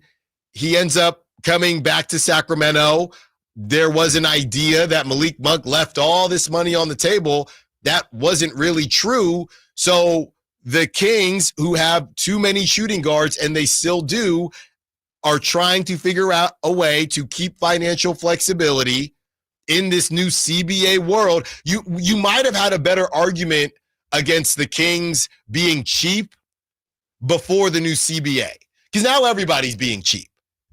But with where the Kings are right now, and with where all teams are right now, it made a little bit more sense as to why they were trying to go about it the right way. I was in no way trying to say, hey, they all know what they're doing, and we don't know how involved Vivek is or isn't in every single move either. But I appreciate you calling, Allen. It wasn't me trying to, I guess, shill for anybody. It was just, hey, just so y'all know, it's not as if, and the other part of that, talent for talent, it's not as if Malik Monk is valued that much higher than Dennis Schroeder, even though Malik Monk makes more. He makes $3 million more. So it's not as if we're losing, because I felt the same way initially. Then I said, oh, well, based on what I recall from last season, it's not that big of a gap, right? Oh, we lost Malik Monk. We should be losing Malik Monk for Cam Johnson or one of these bigger names. That's just not where the market kind of has said it has been. Now, I did talk to people at Summer League, and I've gone back and forth on it, but I appreciate your call, Allen, and thank you for listening as much as you do. When we return, the 1 o'clock hour coming up, giving away Lumineers tickets, and we get to a little bit of NFL. Things are in dire situation for the Niners and their wide receiver room. Allen Stiles, Sacramento Sports. This is the story of the one. As a safety manager at a manufacturing plant, he does everything he can to keep his coworkers safe. From finding ways to reduce risks to keeping safety supplies in stock. And for that, he relies on Grainger. Grainger offers a broad range of quality products and next-day delivery, so he can always play it safe. Call 1-800-GRAINGER, click Grainger.com, or just stop by. Grainger, for the ones who get it done. Nighttime is fun time at the Hagen Oaks Top Tracer driving range. It's more relaxed at night with people enjoying technology, where you can play Pebble Beach at Hagen Oaks, compete against your friends in a variety of games, or just practice at your leisure. There's food when you're hungry from hangout eats and drinks, or enjoy a beverage on the brand new patio with relaxed seating. And check out the summer-long free concert schedule. It's the Hagen Oaks driving range nightly until midnight, Fulton Avenue at Business 80. Summer's flying by, and that back-to-school checklist, it's growing fast. New backpack? Check. School supplies? Check. Dentist appointment? Let's fix that. Kids Care Dental and Orthodontics is making it easy to cross dental checkups off your summer list fast with priority scheduling for new patients and kid-friendly care that makes them smile. It's one less thing to worry about before fall. Call now or book online at kidscaredental.com. That's kidscaredental.com because healthy smiles should be the easiest thing to check off your summer list. This is the story of the one. As a safety manager at a manufacturing plant, he does everything he can to keep his coworkers safe. From finding ways to reduce risks to keeping safety supplies in stock. And for that, he relies on Grainger. Grainger offers a broad range of quality products and next-day delivery, so he can always play it safe. Call 1-800-GRAINGER, click Grainger.com, or just stop by. Grainger, for the ones who get it done. Introducing the new Dell AI PC, powered by the Intel Core Ultra processor. It helps do your busy work for you, so you can fast forward through editing images, designing presentations, generating code, debugging code, summarizing meeting notes, finding files, managing your schedule, responding to Jim's long emails, leaving all the time in the world for the things you actually want to do. No offense, Jim. Get a new Dell AI PC starting at $749.99 at Dell.com/AI-PC. How those ahead stay ahead. Mike Rowe here with a quick question. Have you noticed the musty smell in your home? I hope not, because damp smells mean that you could have a crawl space problem. That's where Groundworks comes in. They can honestly assess your situation and create a plan to waterproof your crawl space and get to the root cause of the problem. Schedule your free inspection at groundworks.com/row. And while you're there, check out my latest dirty job. It's a good one. Licensed in all states where work is performed. See website for details. Your local sports leader in the 916. KHTK HD1 Sacramento, KYMX HD3 Sacramento. From the Power Business Technology Toshiba Studios, Sacktown Sports 1140.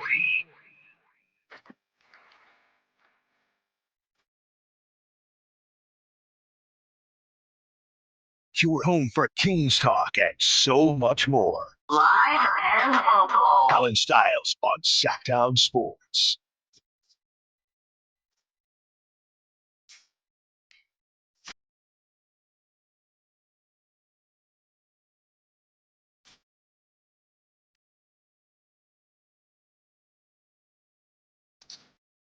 Let's go. Let's go. All right. He was killing it on that piano. He was. Me, Kyle, me. Okay, it's my number today.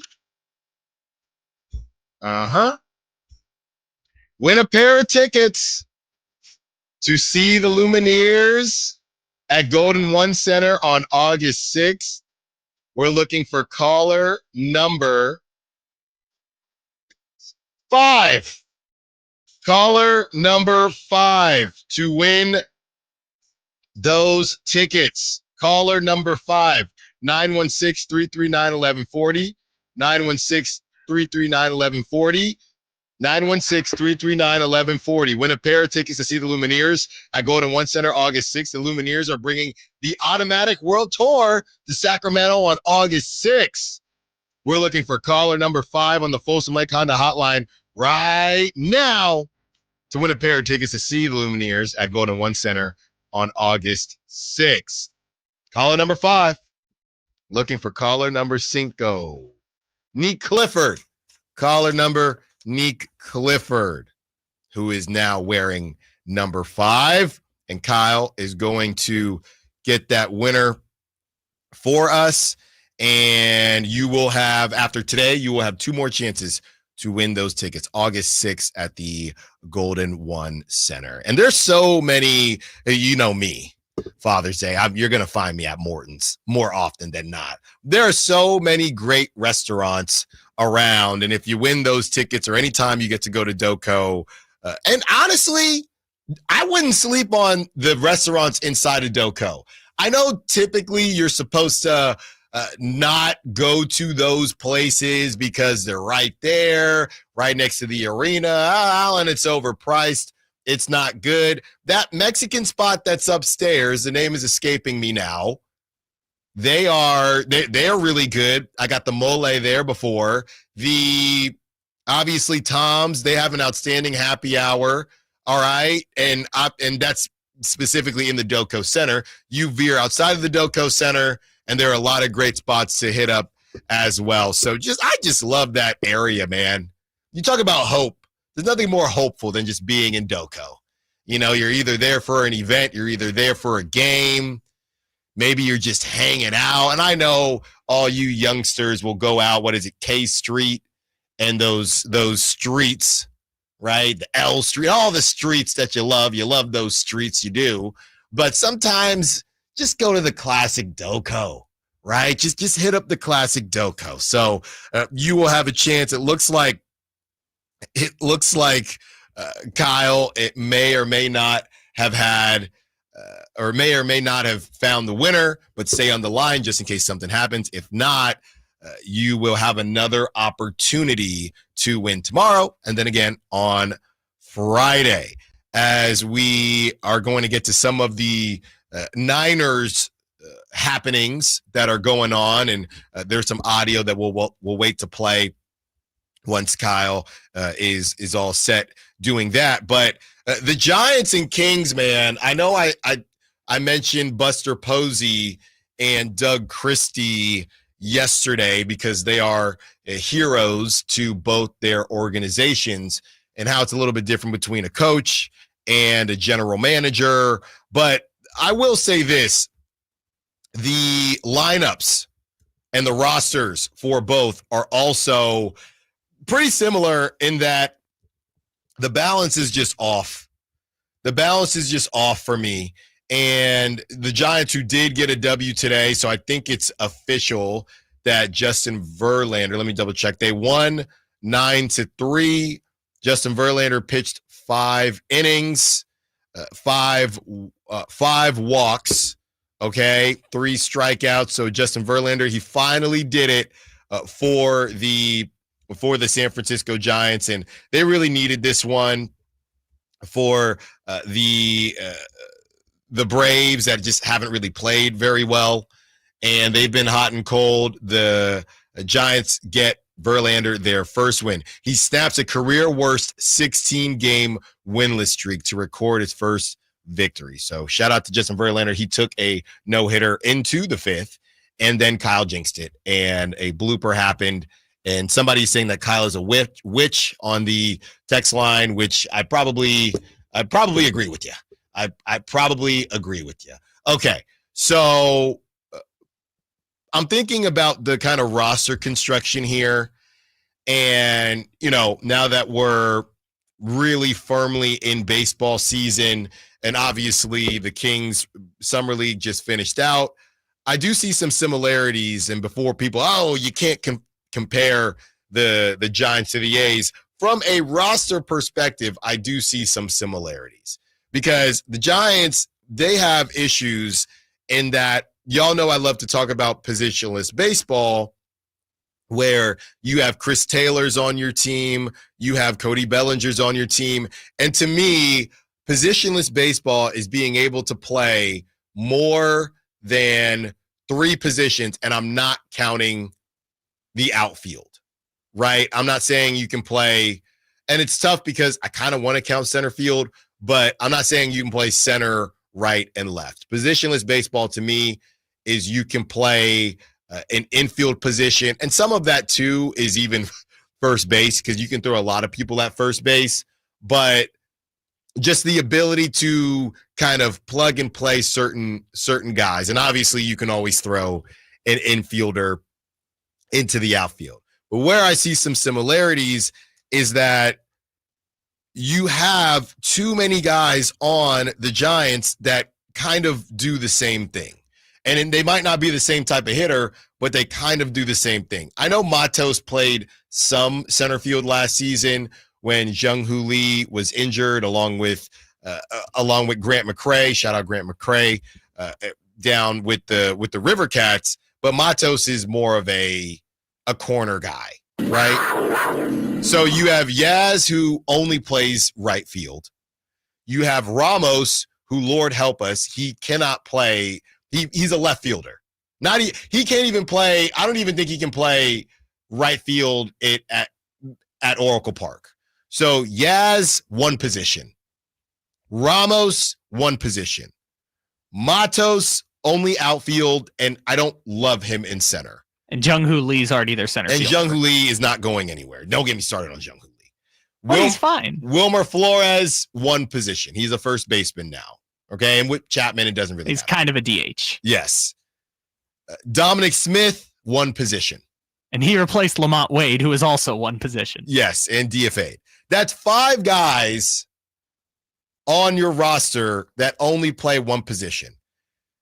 The Rafi Devers thing playing first base is such, I don't want to call it a waste of time, but Bryce Eldridge isn't ready quite yet. He has struck out a lot. Every time I look up, every time I videoing him, he strikes out. When I don't video him, he gets a hit. He had a great game yesterday, and they're playing right now. He hit a ball that still hasn't landed. But Bryce Eldridge is your first baseman of the future.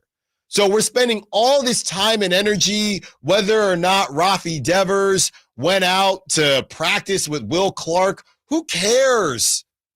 He's not your first baseman of the future, and the Giants probably aren't winning anything this season. Who cares? What I'm more interested in is why the Giants refuse to teach anyone to play second base. That's what I want to know. Why are they ignoring second base as a position? Who do you want to teach to play second base? I think, and I was talking to somebody yesterday, they said, I'm pretty sure they might have tried Marco Luciano at second. I don't recall that. I recall Marco Luciano being the shortstop of the future and then his butt being kicked to right field. That's what I recall. I do not recall any, and I might have missed it because it was obviously short-lived. Hey, this guy just can't field a ground ball. And I don't even know how you get that far without being able to field a ground ball because the Giants need hitting. They win 9-3 today, but the two guys, Encarnacion and Luciano, guess where they play, Kyle? Right field. They both play right field, and Encarnacion barely plays right field. He's really a first baseman, DH.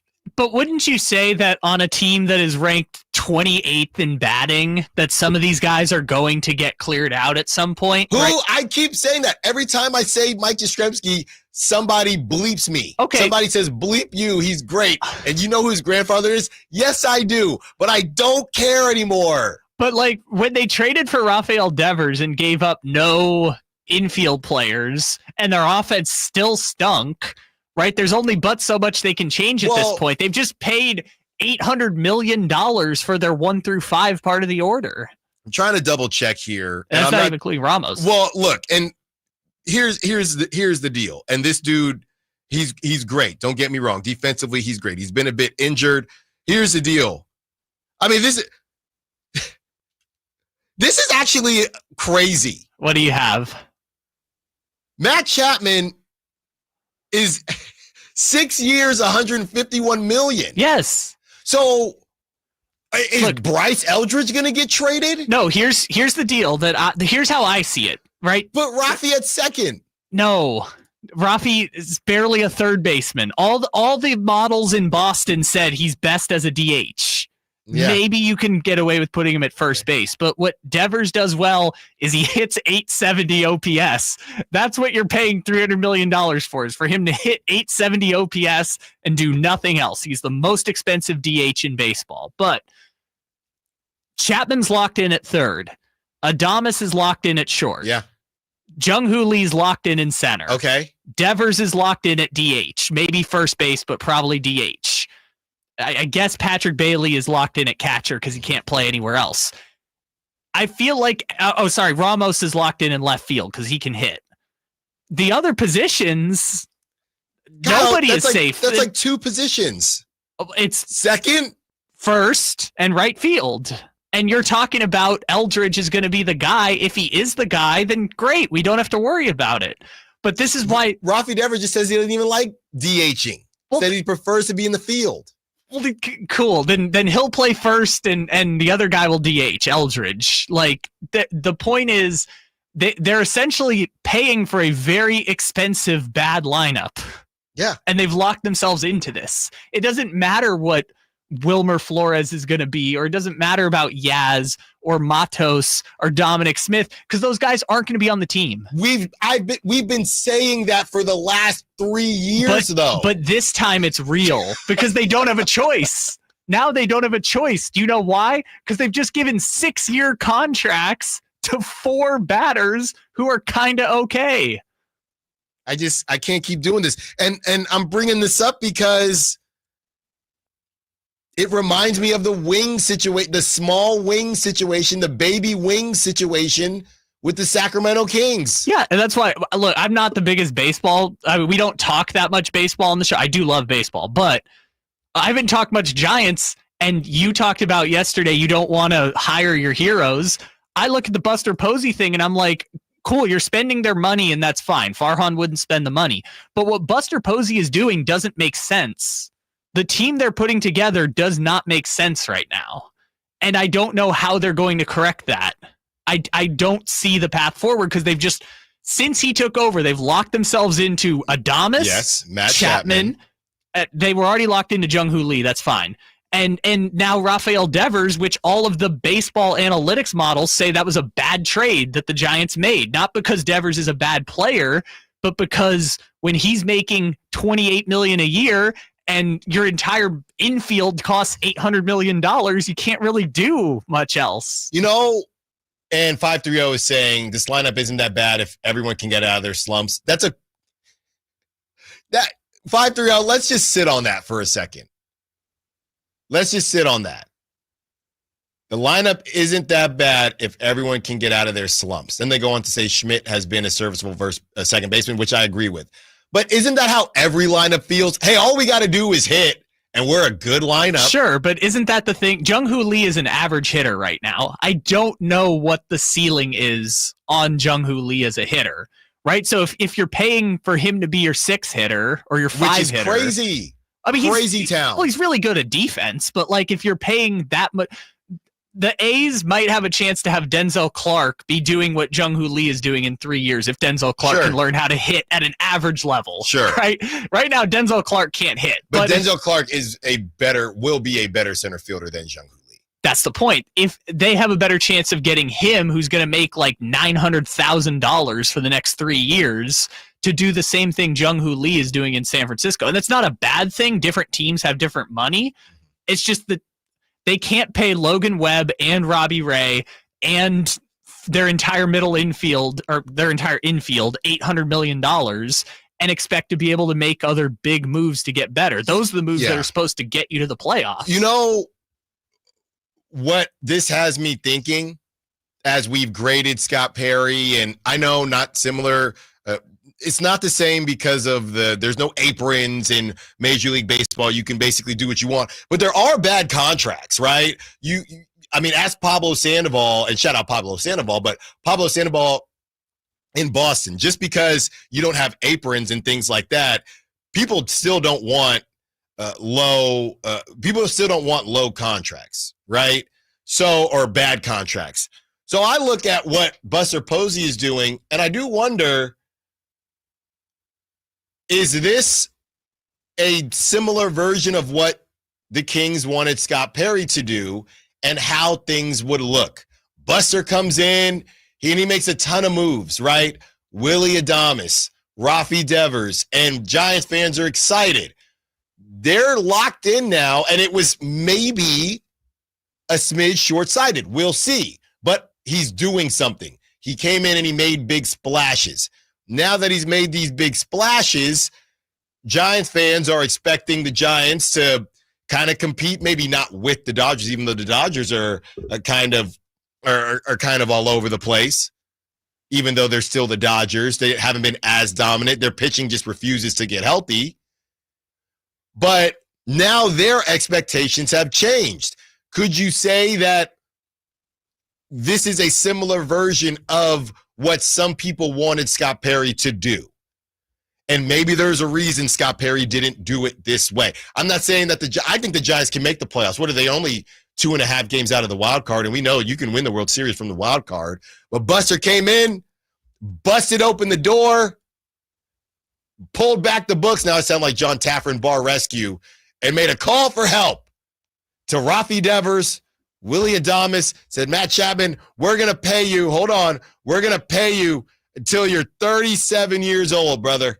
We're going to pay you till you're 37. I've got a quiz question for you, Allen, right now, because I just looked it up to the texter's point about they just need to break out of their slumps, which, again, the whole team needs to break out of slumps. If I had to ask you right now, I have the top 100 batters according to WAR this season. So position players WARs in baseball. How many Giants do you think are in the top 100? In batters, wins above replacement. I do think I saw something about this. I don't remember specifically, but I feel like it was, if I'm not mistaken, it was only Jung-Hoo Lee or something like that. In the top 100, 5 players. Yeah. You want to know how many are in the top 50 of those 5? Is that where it's only Jung-Hoo Lee? No, it's nobody. Nobody. They literally have none of the top 50 position players in baseball, but they have 5 of the guys 50 through 100, which if you're, again, taking an average, that's essentially saying they've got their 3 through 7. They're just missing their 1 and 2. No, look, and we're having some fun at the 5-3-0, but I understand what they're saying. Nobody is playing up to snuff. If they were just their typical selves, then they would be better. I get that. They're not. It's not as if they're not good hitters. Some other line. They're not as bad as their lineup as they're producing right now. They have a good lineup. Their hitters just aren't hitting what they typically hit. I understand what the 5-3-0 is saying. And I also think some of their hitters are in the wrong places, right? Didn't you say last weekend they had like 3 different leadoff hitters? Yeah, let's see who led off today, because it's always random, because a lot of people wanted them to just commit to Jung-Hoo Lee as a leadoff. Today was the player who I think it should be. Is it Yastrzemski? No. Okay, so Elliot. I don't. Ramos. Yeah, Elliot Ramos. I don't even know what a leadoff hitter is anymore. A leadoff hit. Your best hitter should be either your 1 or your 2.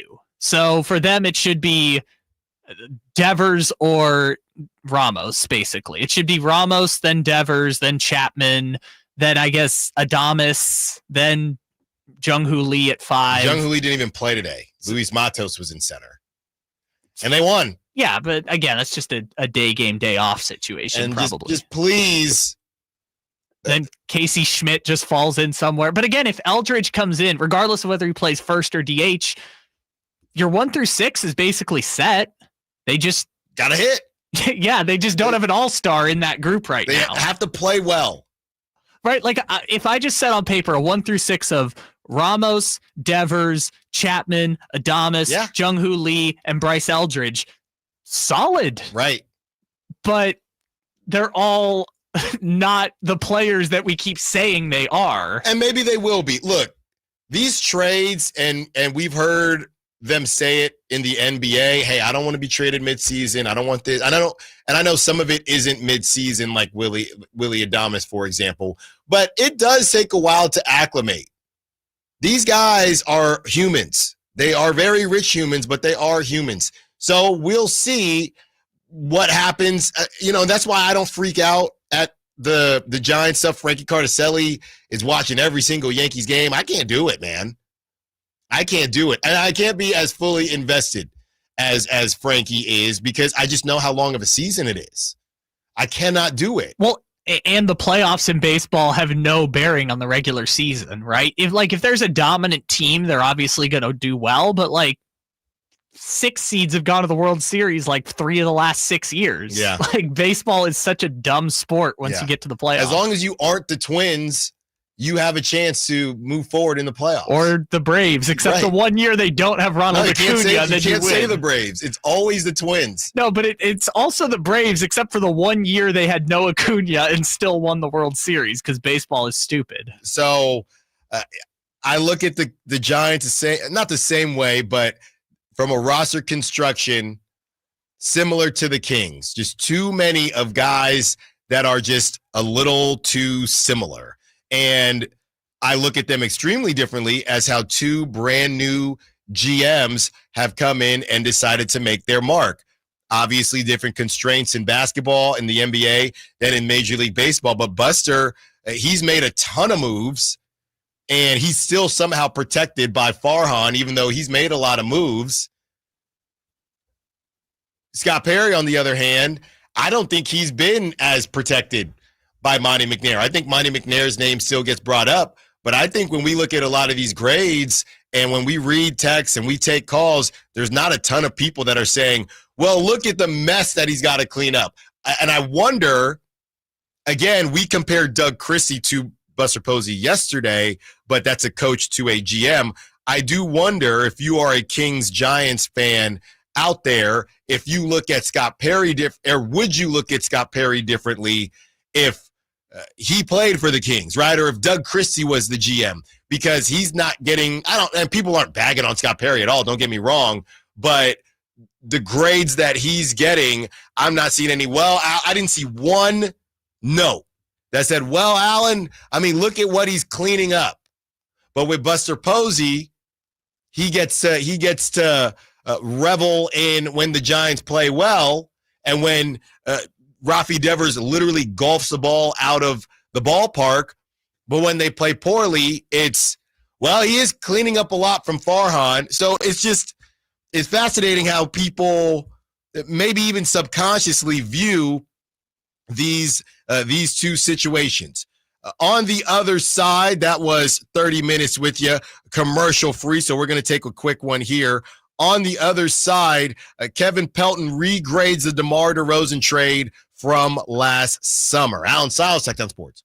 I'm Ed Evans, CEO of Consumer Cellular. No, we're not one of the big guys. Truth is, we don't want to be. If you're over 50, Big Wireless probably has you paying for more data than you might need. You could be throwing away thousands over a lifetime. We're not here to be the biggest. We're here to bring you something we believe is better. Our plans start at just $20. You'll get the same fast nationwide coverage without the big wireless bill. Call 1-888-FREEDOM or visit consumercellular.com/facts. Plans include $5 credit for auto pay and e-billing. See site for additional facts.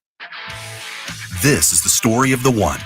As a lineman, he does whatever it takes to keep the power on in his community. And he wants a partner like Grainger who does the same. Grainger offers the professional-grade products he needs, from voltage detectors to harnesses to hard hats, plus fast, dependable delivery, so he can rise to every challenge. Call 1-800-GRAINGER, click Grainger.com, or just stop by. Grainger, for the ones who get it done. Saving for retirement was tough enough for us. Yes, and navigating markets can be challenging at times. I understand. That's why at Fisher Investments, we take a disciplined approach with your investments. Tell us more about that. We take an active approach to money management, positioning your portfolio for opportunities we see ahead. So all your clients get the same portfolio? No, we tailor your portfolio to your individual goals and needs. What about communication? We don't like being left in the dark. We check in regularly to keep you informed on the markets and your portfolio. Which means you'll help us stay on track. Yes, our goal is your comfortable retirement. And as a fiduciary, we always put your interests first, because we do better when you do better. At Fisher Investments, we're clearly different. Learn more at FisherInvestments.com. Investing in securities involves the risk of loss. Get ready for a summer surprise. It's a holiday celebration at Christmas in July with the Sacramento River Cats. Friday, July 25th at Sutter Health Park is the perfect day to enjoy holiday cheer with your family and friends. Enjoy Christmas music, themed activities, and exciting River Cats baseball action all in one place. Don't miss out on this unique summer event. Get your baseball tickets for Christmas in July at rivercats.com.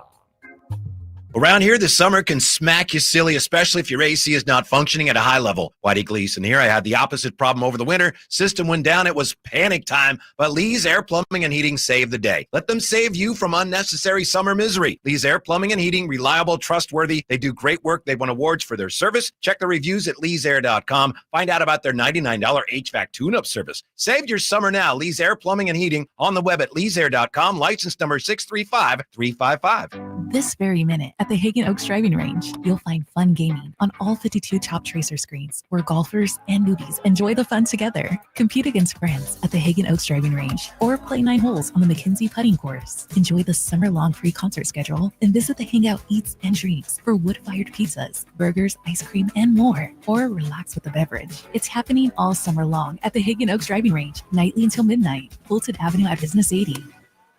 Get ready for a night out with Jordan Davis.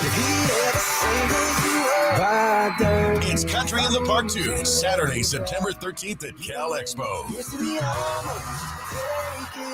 Along with special guests Mitchell Tenpenny,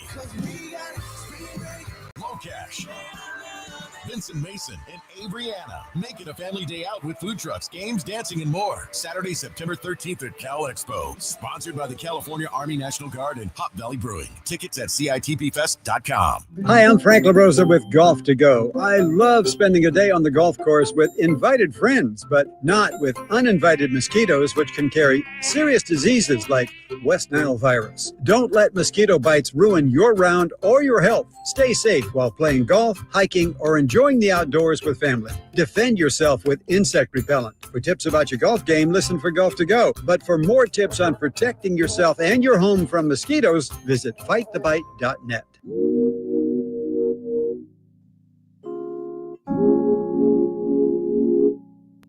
Allen Stiles. Watch the show on youtube.com/Sacktown Sports 1140. Or listen on the Sacktown Sports app. So this is where things can start to get a bit real. I don't know.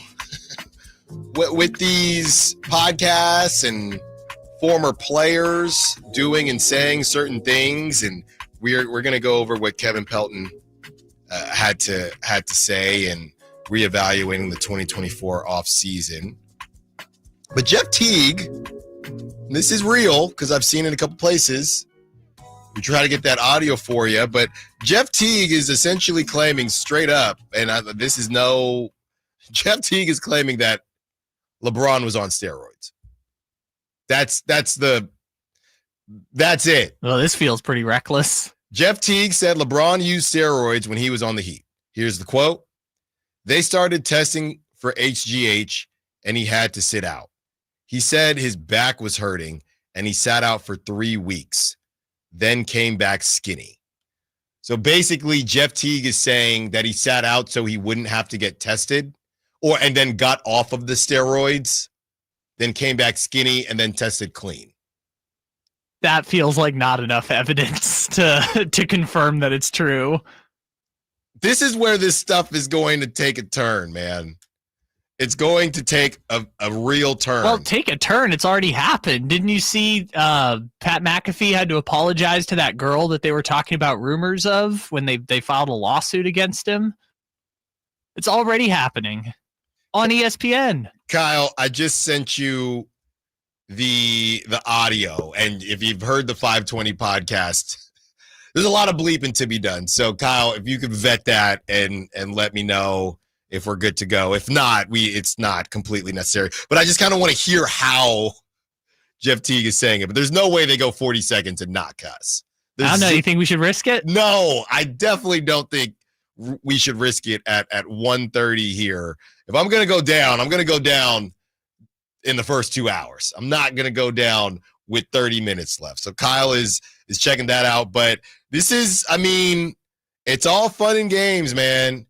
It's all fun and games until people all these players have podcasts, and Jeff Teague has done a really great job. He's been really popular, but you start saying stuff, LeBron is still playing. That's if LeBron wasn't playing, I think there'd be a lot of conversation, but it would probably go away. LeBron is still playing, and I don't know what the statute of limitation is, but this is kind of the new landscape that we are in, and how things can get just a little bit squirrely. Kyle's looking at me. Is it good? No, I'm going to have to do some work on this. They did make it to 17 seconds before there's a questionable one. Because the thing about this show, and I like this show, they talk over each other a lot. Yeah. So one guy's like, man, get out of here. And then another one, I think, is saying bleep no. So I got to play it safe. No, that makes sense. Well, maybe next segment we'll get to it. Okay, but I'm gonna have enough. to work on it. I've only made it 28 seconds in, so I don't know. Yeah, no, you might be doing a lot of work here. So that's the newest news. LeBron James in Miami Let's was not say news, okay? right, or the biggest quote from a player podcast. Jeff Teague. Saying LeBron, news feels very irresponsible. That's all I'm saying. The news is Jeff Teague said it. Jeff Teague has said it. I'm not saying that LeBron was on it or wasn't on it. The character you were literally about to say before I interrupted you. No, the news is not. LeBron is on it. No, HGH. I was not going to say that.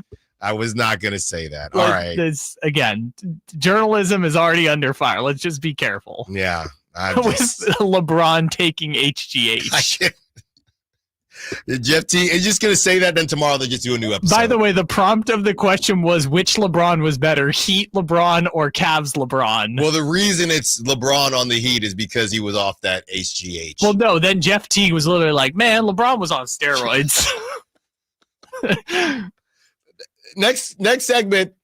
Next segment, once we've bleeped out, what is his name? B-Hen? Yeah. The guy who is one of the funniest dudes on podcasts you're going to find. Yeah. Next segment. Kevin Pelton regrades the DeMar DeRozan to Sacramento trade from last summer. His original grades, he gave Sacramento a C+, he gave Chicago a C, he gave the Spurs an A. His new grades, he gives Sacramento a C-, Chicago a D, the Spurs an A. So Chicago is worse off now. Sacramento and Chicago both not great, but Chicago worse off now. This is what Kevin Pelton wrote. At the time, I was optimistic that DeRozan's reasonable contract, 3 years, up to $77 million with about $58 million guaranteed, might outweigh fit issues with the Kings. A year later, particularly after Sacramento swapped De'Aaron Fox for Zach LaVine, the benefit of adding the 35-year-old DeRozan no longer seems to justify the risk of swapping picks with the Spurs during Victor Wembanyama's prime. I gave the Bulls too much credit in the moment, given they didn't end up with either of the two best parts of this trade, DeRozan and the pick swap. Chicago derived little value from DeRozan's bird rights and waived Duarte after he played only 74 minutes. Barnes started all 82 games for San Antonio as a consummate role player and has one more year left on his deal at $19 million. Hardly terrible value. Can we think about that for a second, that Harrison Barnes, barely, but Harrison Barnes making more money than Malik Monk? I don't know if that really computed in my brain, that Harrison Barnes, just barely $1 million, but Harrison Barnes makes more money than Malik Monk. Yeah, because he got, I think it was 3 years, 50, which was originally what they wanted to offer Kuzma. And then Kuzma got 4 for 100 from or 4 for 90 from the Wizards. Yeah. And then Jeremy Grant got 5 for 160. Think about that. The Kings were planning to offer Jeremy Grant the same contract Harrison Barnes got, and he got almost 3 times as much money from the Portland Trailblazers. What a crazy time that was. It really was. It really was. I mean, I don't really have a feeling as to whether or not I need to regrade the DeMar DeRozan trade. I mean, I guess you're just looking at it because it's been a year. That's what Kevin Pelton did this with the 2024 offseason, wasn't specifically the Kings, but everything is so connected that it's hard to just say, like, I feel as if I give a grade, I'm not giving DeMar DeRozan a D, right? Because DeMar DeRozan isn't a D player, but maybe it was a D fit and it was a D situation and it ended up with a D result. Maybe that's just what it is. But at this point, man, I understand that it is going to always be connected to what was left of the Beam team, but it is what it is. We're to the point now where each day that passes, we're getting closer to getting some resolution with the Kings and DeMar. I think a lot is going to pop up during the season with the trade deadline. At least that's just my thought on it. Maybe nothing happens, but with that being said, they made a decision. You know, DeMar DeRozan, he's a huge name. He's a Hall of Famer. The DeMar DeRozan part of it really, I don't even know how much of it was. How many conversations were even had that, DeMar DeRozan clearly doesn't fit here with De'Aaron Fox? I feel like those conversations didn't even get had. It was, oh my goodness, we stink, and De'Aaron Fox wants out, and Mike Brown, I didn't want to sign him anyway, so let's just blow this whole thing up. I just, that the process conversation is what comes up so much, but I don't really, the trade, I don't even know how we should even view it, because the team that he was traded to doesn't exist anymore. And that's not because of DeMar DeRozan.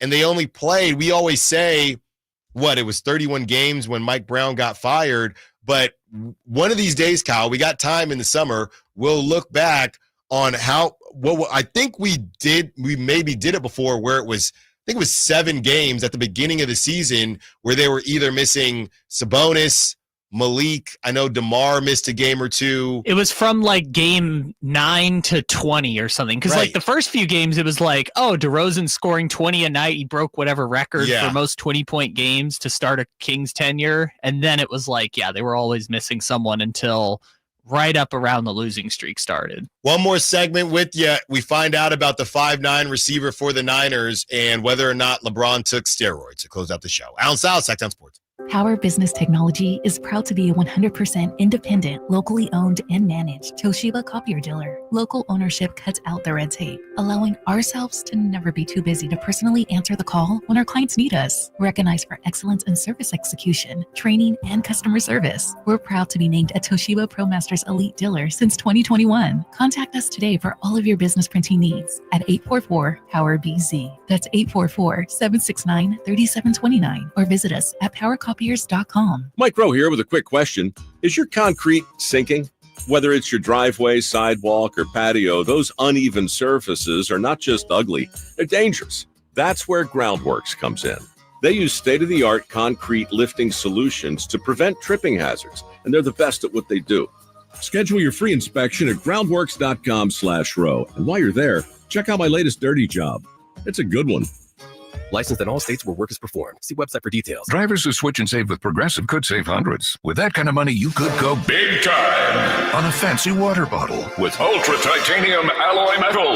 You're not sure why you need all that. I mean, it just holds water. But you're getting it anyway. Because if you're hiking near an active volcano and you accidentally drop the bottle into molten lava, your water will still be icy cold.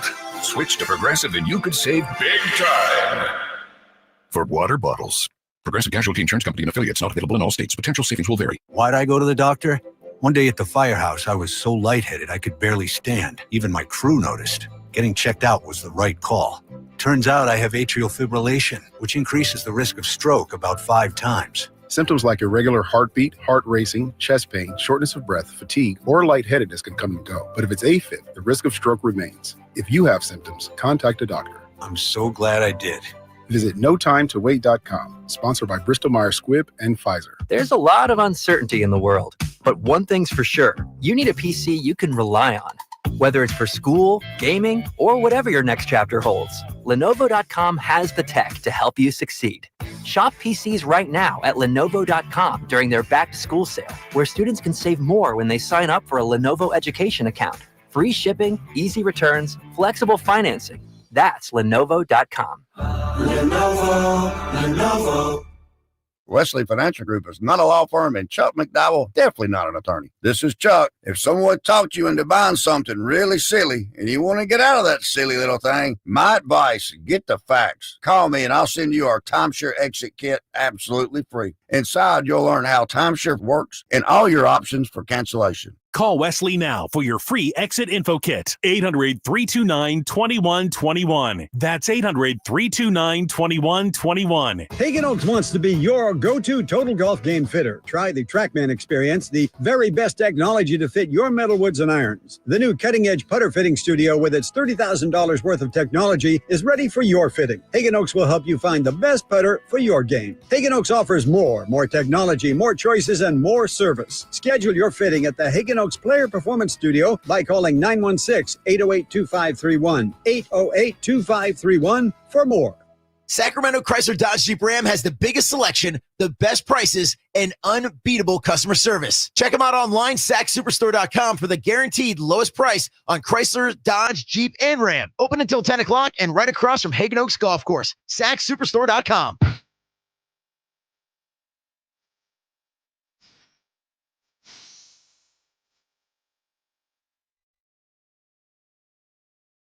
Allen Stiles You can join the show by texting 916-339-1140. on Sacktown Sports.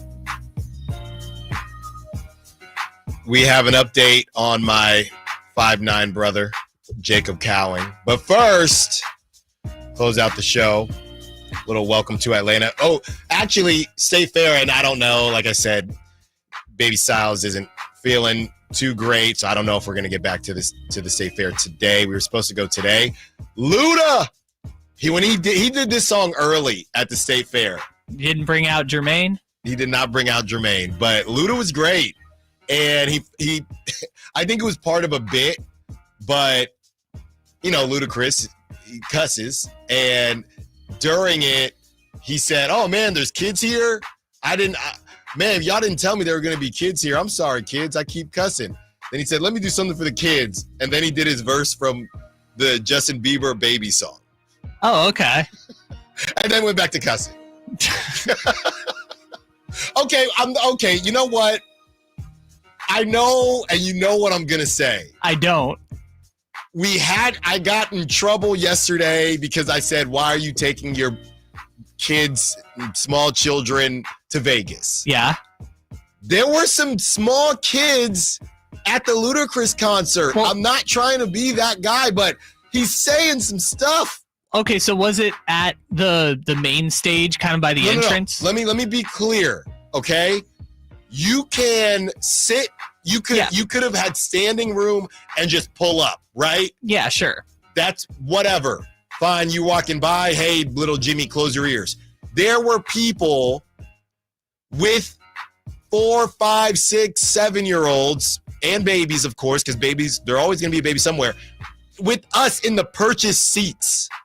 So they bought their 4-year-old a Ludacris ticket. At the same time, okay, why you don't have to pay for your kid to go, but I will say you had to pay for a seat. No, I know. I'm saying those parents are doing too much, right? You're just those were not easy tickets to get either. No, they weren't. This was an intimate venue, as people call Sutter Health Park. This was an intimate venue to watch Ludacris. We walked in. I said, "Are we in the right place? Is Chuck E. Cheese? What's going on?" Look, it's the State Fair. It's designed for children.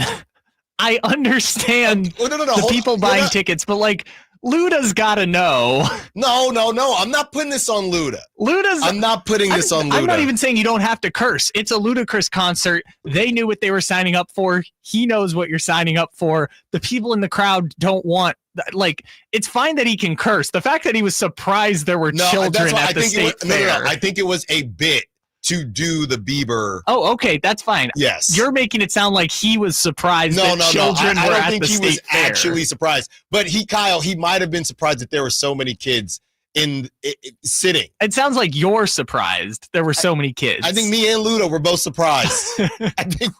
And now people can say, Alan, you don't want us to take our kids anywhere. No, take them to the park. I don't know. Take them to the State Fair, just not when Ludacris is performing. The day I went, they were doing like a Queen tribute band. That's fine. So maybe do you have a conversation? Hey, little Jimmy, me and your mother really want to see Luda. It reminds us of back in our day.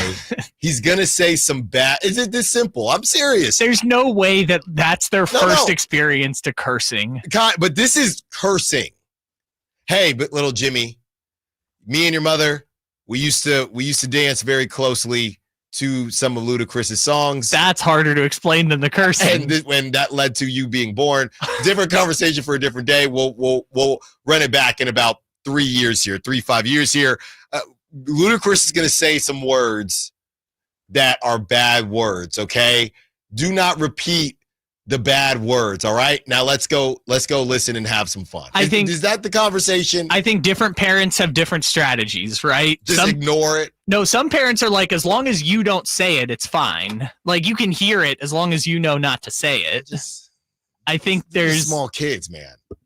This is not like teenagers. I remember. Also, by the way, those kids are not going to know the guy on the Justin Bieber song either. No, they weren't. No, they weren't. Song is we were all singing it. That song is 15 years old. There's no way those 6-year-old children are going to know that he's the guy on the Justin Bieber song. Let me do something for the kids. After that, move. No one Get knows. out the way. Those kids are not going to know that he's the guy. Charles on the chat says Luda is for the kids. Yeah, he was. For that one song, he was. When I don't even know what was the age? 13? 13. I had my first love. Then after that, move.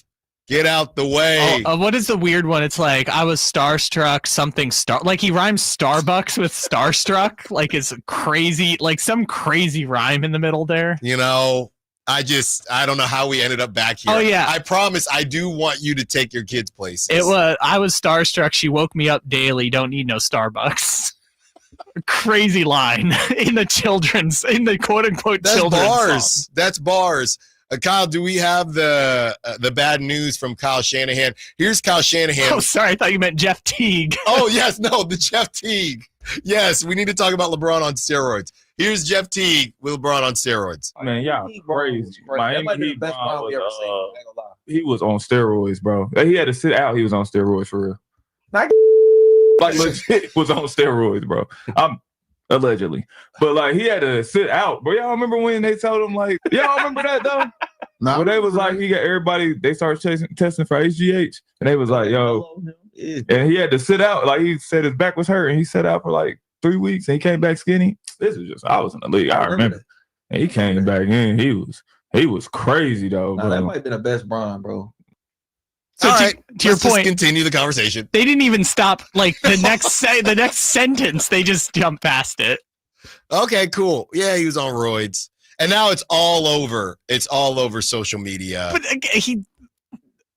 he's not actually saying LeBron was on steroids. He's just Legion of Hoops. Jeff Teague said LeBron used steroids when he was on the Heat. It's everywhere now.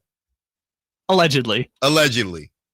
I should just cut that drop. Allegedly. Yes, you really should. Allegedly. So there you have it with Jeff Teague and LeBron on allegedly on the roids. Kyle, let me know when we have the Jacob Cowing sound from Kyle Shanahan, because they might be hosting a tryout in Santa Clara for wide receivers pretty soon. We're going to spend some time on Brandon Ayuk tomorrow.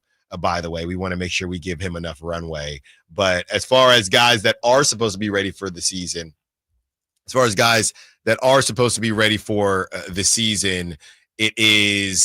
getting harder and harder to find actual wide receivers. Here it is. Had one of the best OTAs out of anybody on our team in terms of most improved, the most prepared for it. Unfortunately, I think he pulled his hamstring and routes on air today before we started. So I'd say to just keep on his trajectory. Hopefully he can stay healthy and keep going where he did in OTAs, but probably had a little setback today. So hopefully that's better news than what we're guessing out there, and he can get back to what he's doing in OTA. Once again, Brandon Ayuk not going to be ready. Okay? Not going to be ready. Juwan Jennings is practicing. He is there, but there is a contract situation. Ricky Pearsall is on the PUP list. Okay? Jacob Cowing, who is short already and also now injured. Well, I've got good news for you, because did you hear who's still available and surveying the landscape of the NFL, waiting to see who's wide receiver situation? You have a smirk, so it's not Antonio Brown. Oh, God, no. Jesus. I forgot. Equinemius St. Brown. Oh, He's that's on the right. team too. He's back now. No, Yes. but guess who's still available? That would be Keenan Allen. Let's go. Come home. Cal's finest. Keenan Allen is apparently surveying the landscape to see whose receiver rooms are lacking. Something to keep in mind, Keenan Allen campaign, same agent, just calling people. Hey, do you want me? Do you want me? Do you want me to? Hey, the Niners will take him, right? Possession guy. I mean, I don't think it's a terrible idea. I mean, it's getting bad. Yeah, it put Juwan. Well, I guess Ayuk might not play to start the season, so I guess you can put him at the X receiver until Ayuk gets there. Juwan's the X receiver. So So he's the Y? What are we doing? Like, Gowing. You got two guys on the outside. You got a slot receiver as your Z. I don't know who is that Pearsall? I don't know. Yeah. Pearsall and Jennings are apparently the same size. I don't understand. And look, we understand what happened with Ricky Pearsall, and it was terrible. But it's just, you just did not expect. How did we go from the Niners having too many wide receivers to this? I don't know how we got here. And the Debo thing, obviously the Debo thing, they had already that ship had already sailed. But it's funny, it took so long with Debo that it's almost impossible to say that moving off of him was premature. But what kind of, in a way, it was? I think it's just more so they are dealing with the ramifications of paying all these people all this money, right? Yeah. If you have 6 players who are the highest paid player at their position, it's going to come back to bite you somewhere. And it used to be in the cornerback room, and now it's the receivers. Well, that is it for me, the Allen Stiles Show. Thank you for listening. Great job, Kyle, as always. Thanks to all the callers. Texters, heck of a show from the Texters today. And Sack Chatters, as always. The Drive guys are coming up next. Whitey Gleason, Kyle Draper, Jay Johnson. And until tomorrow, secure the bag like the beam. Do I need to shout out the 279 more? And this is what we've talked about before. The 279 area code in California was created March 10th, 2018. Yeah, because they ran out of 916 numbers. So maybe that's what's going on here. So look, I got love for you, 279. We literally celebrate 916 Day in Sacramento.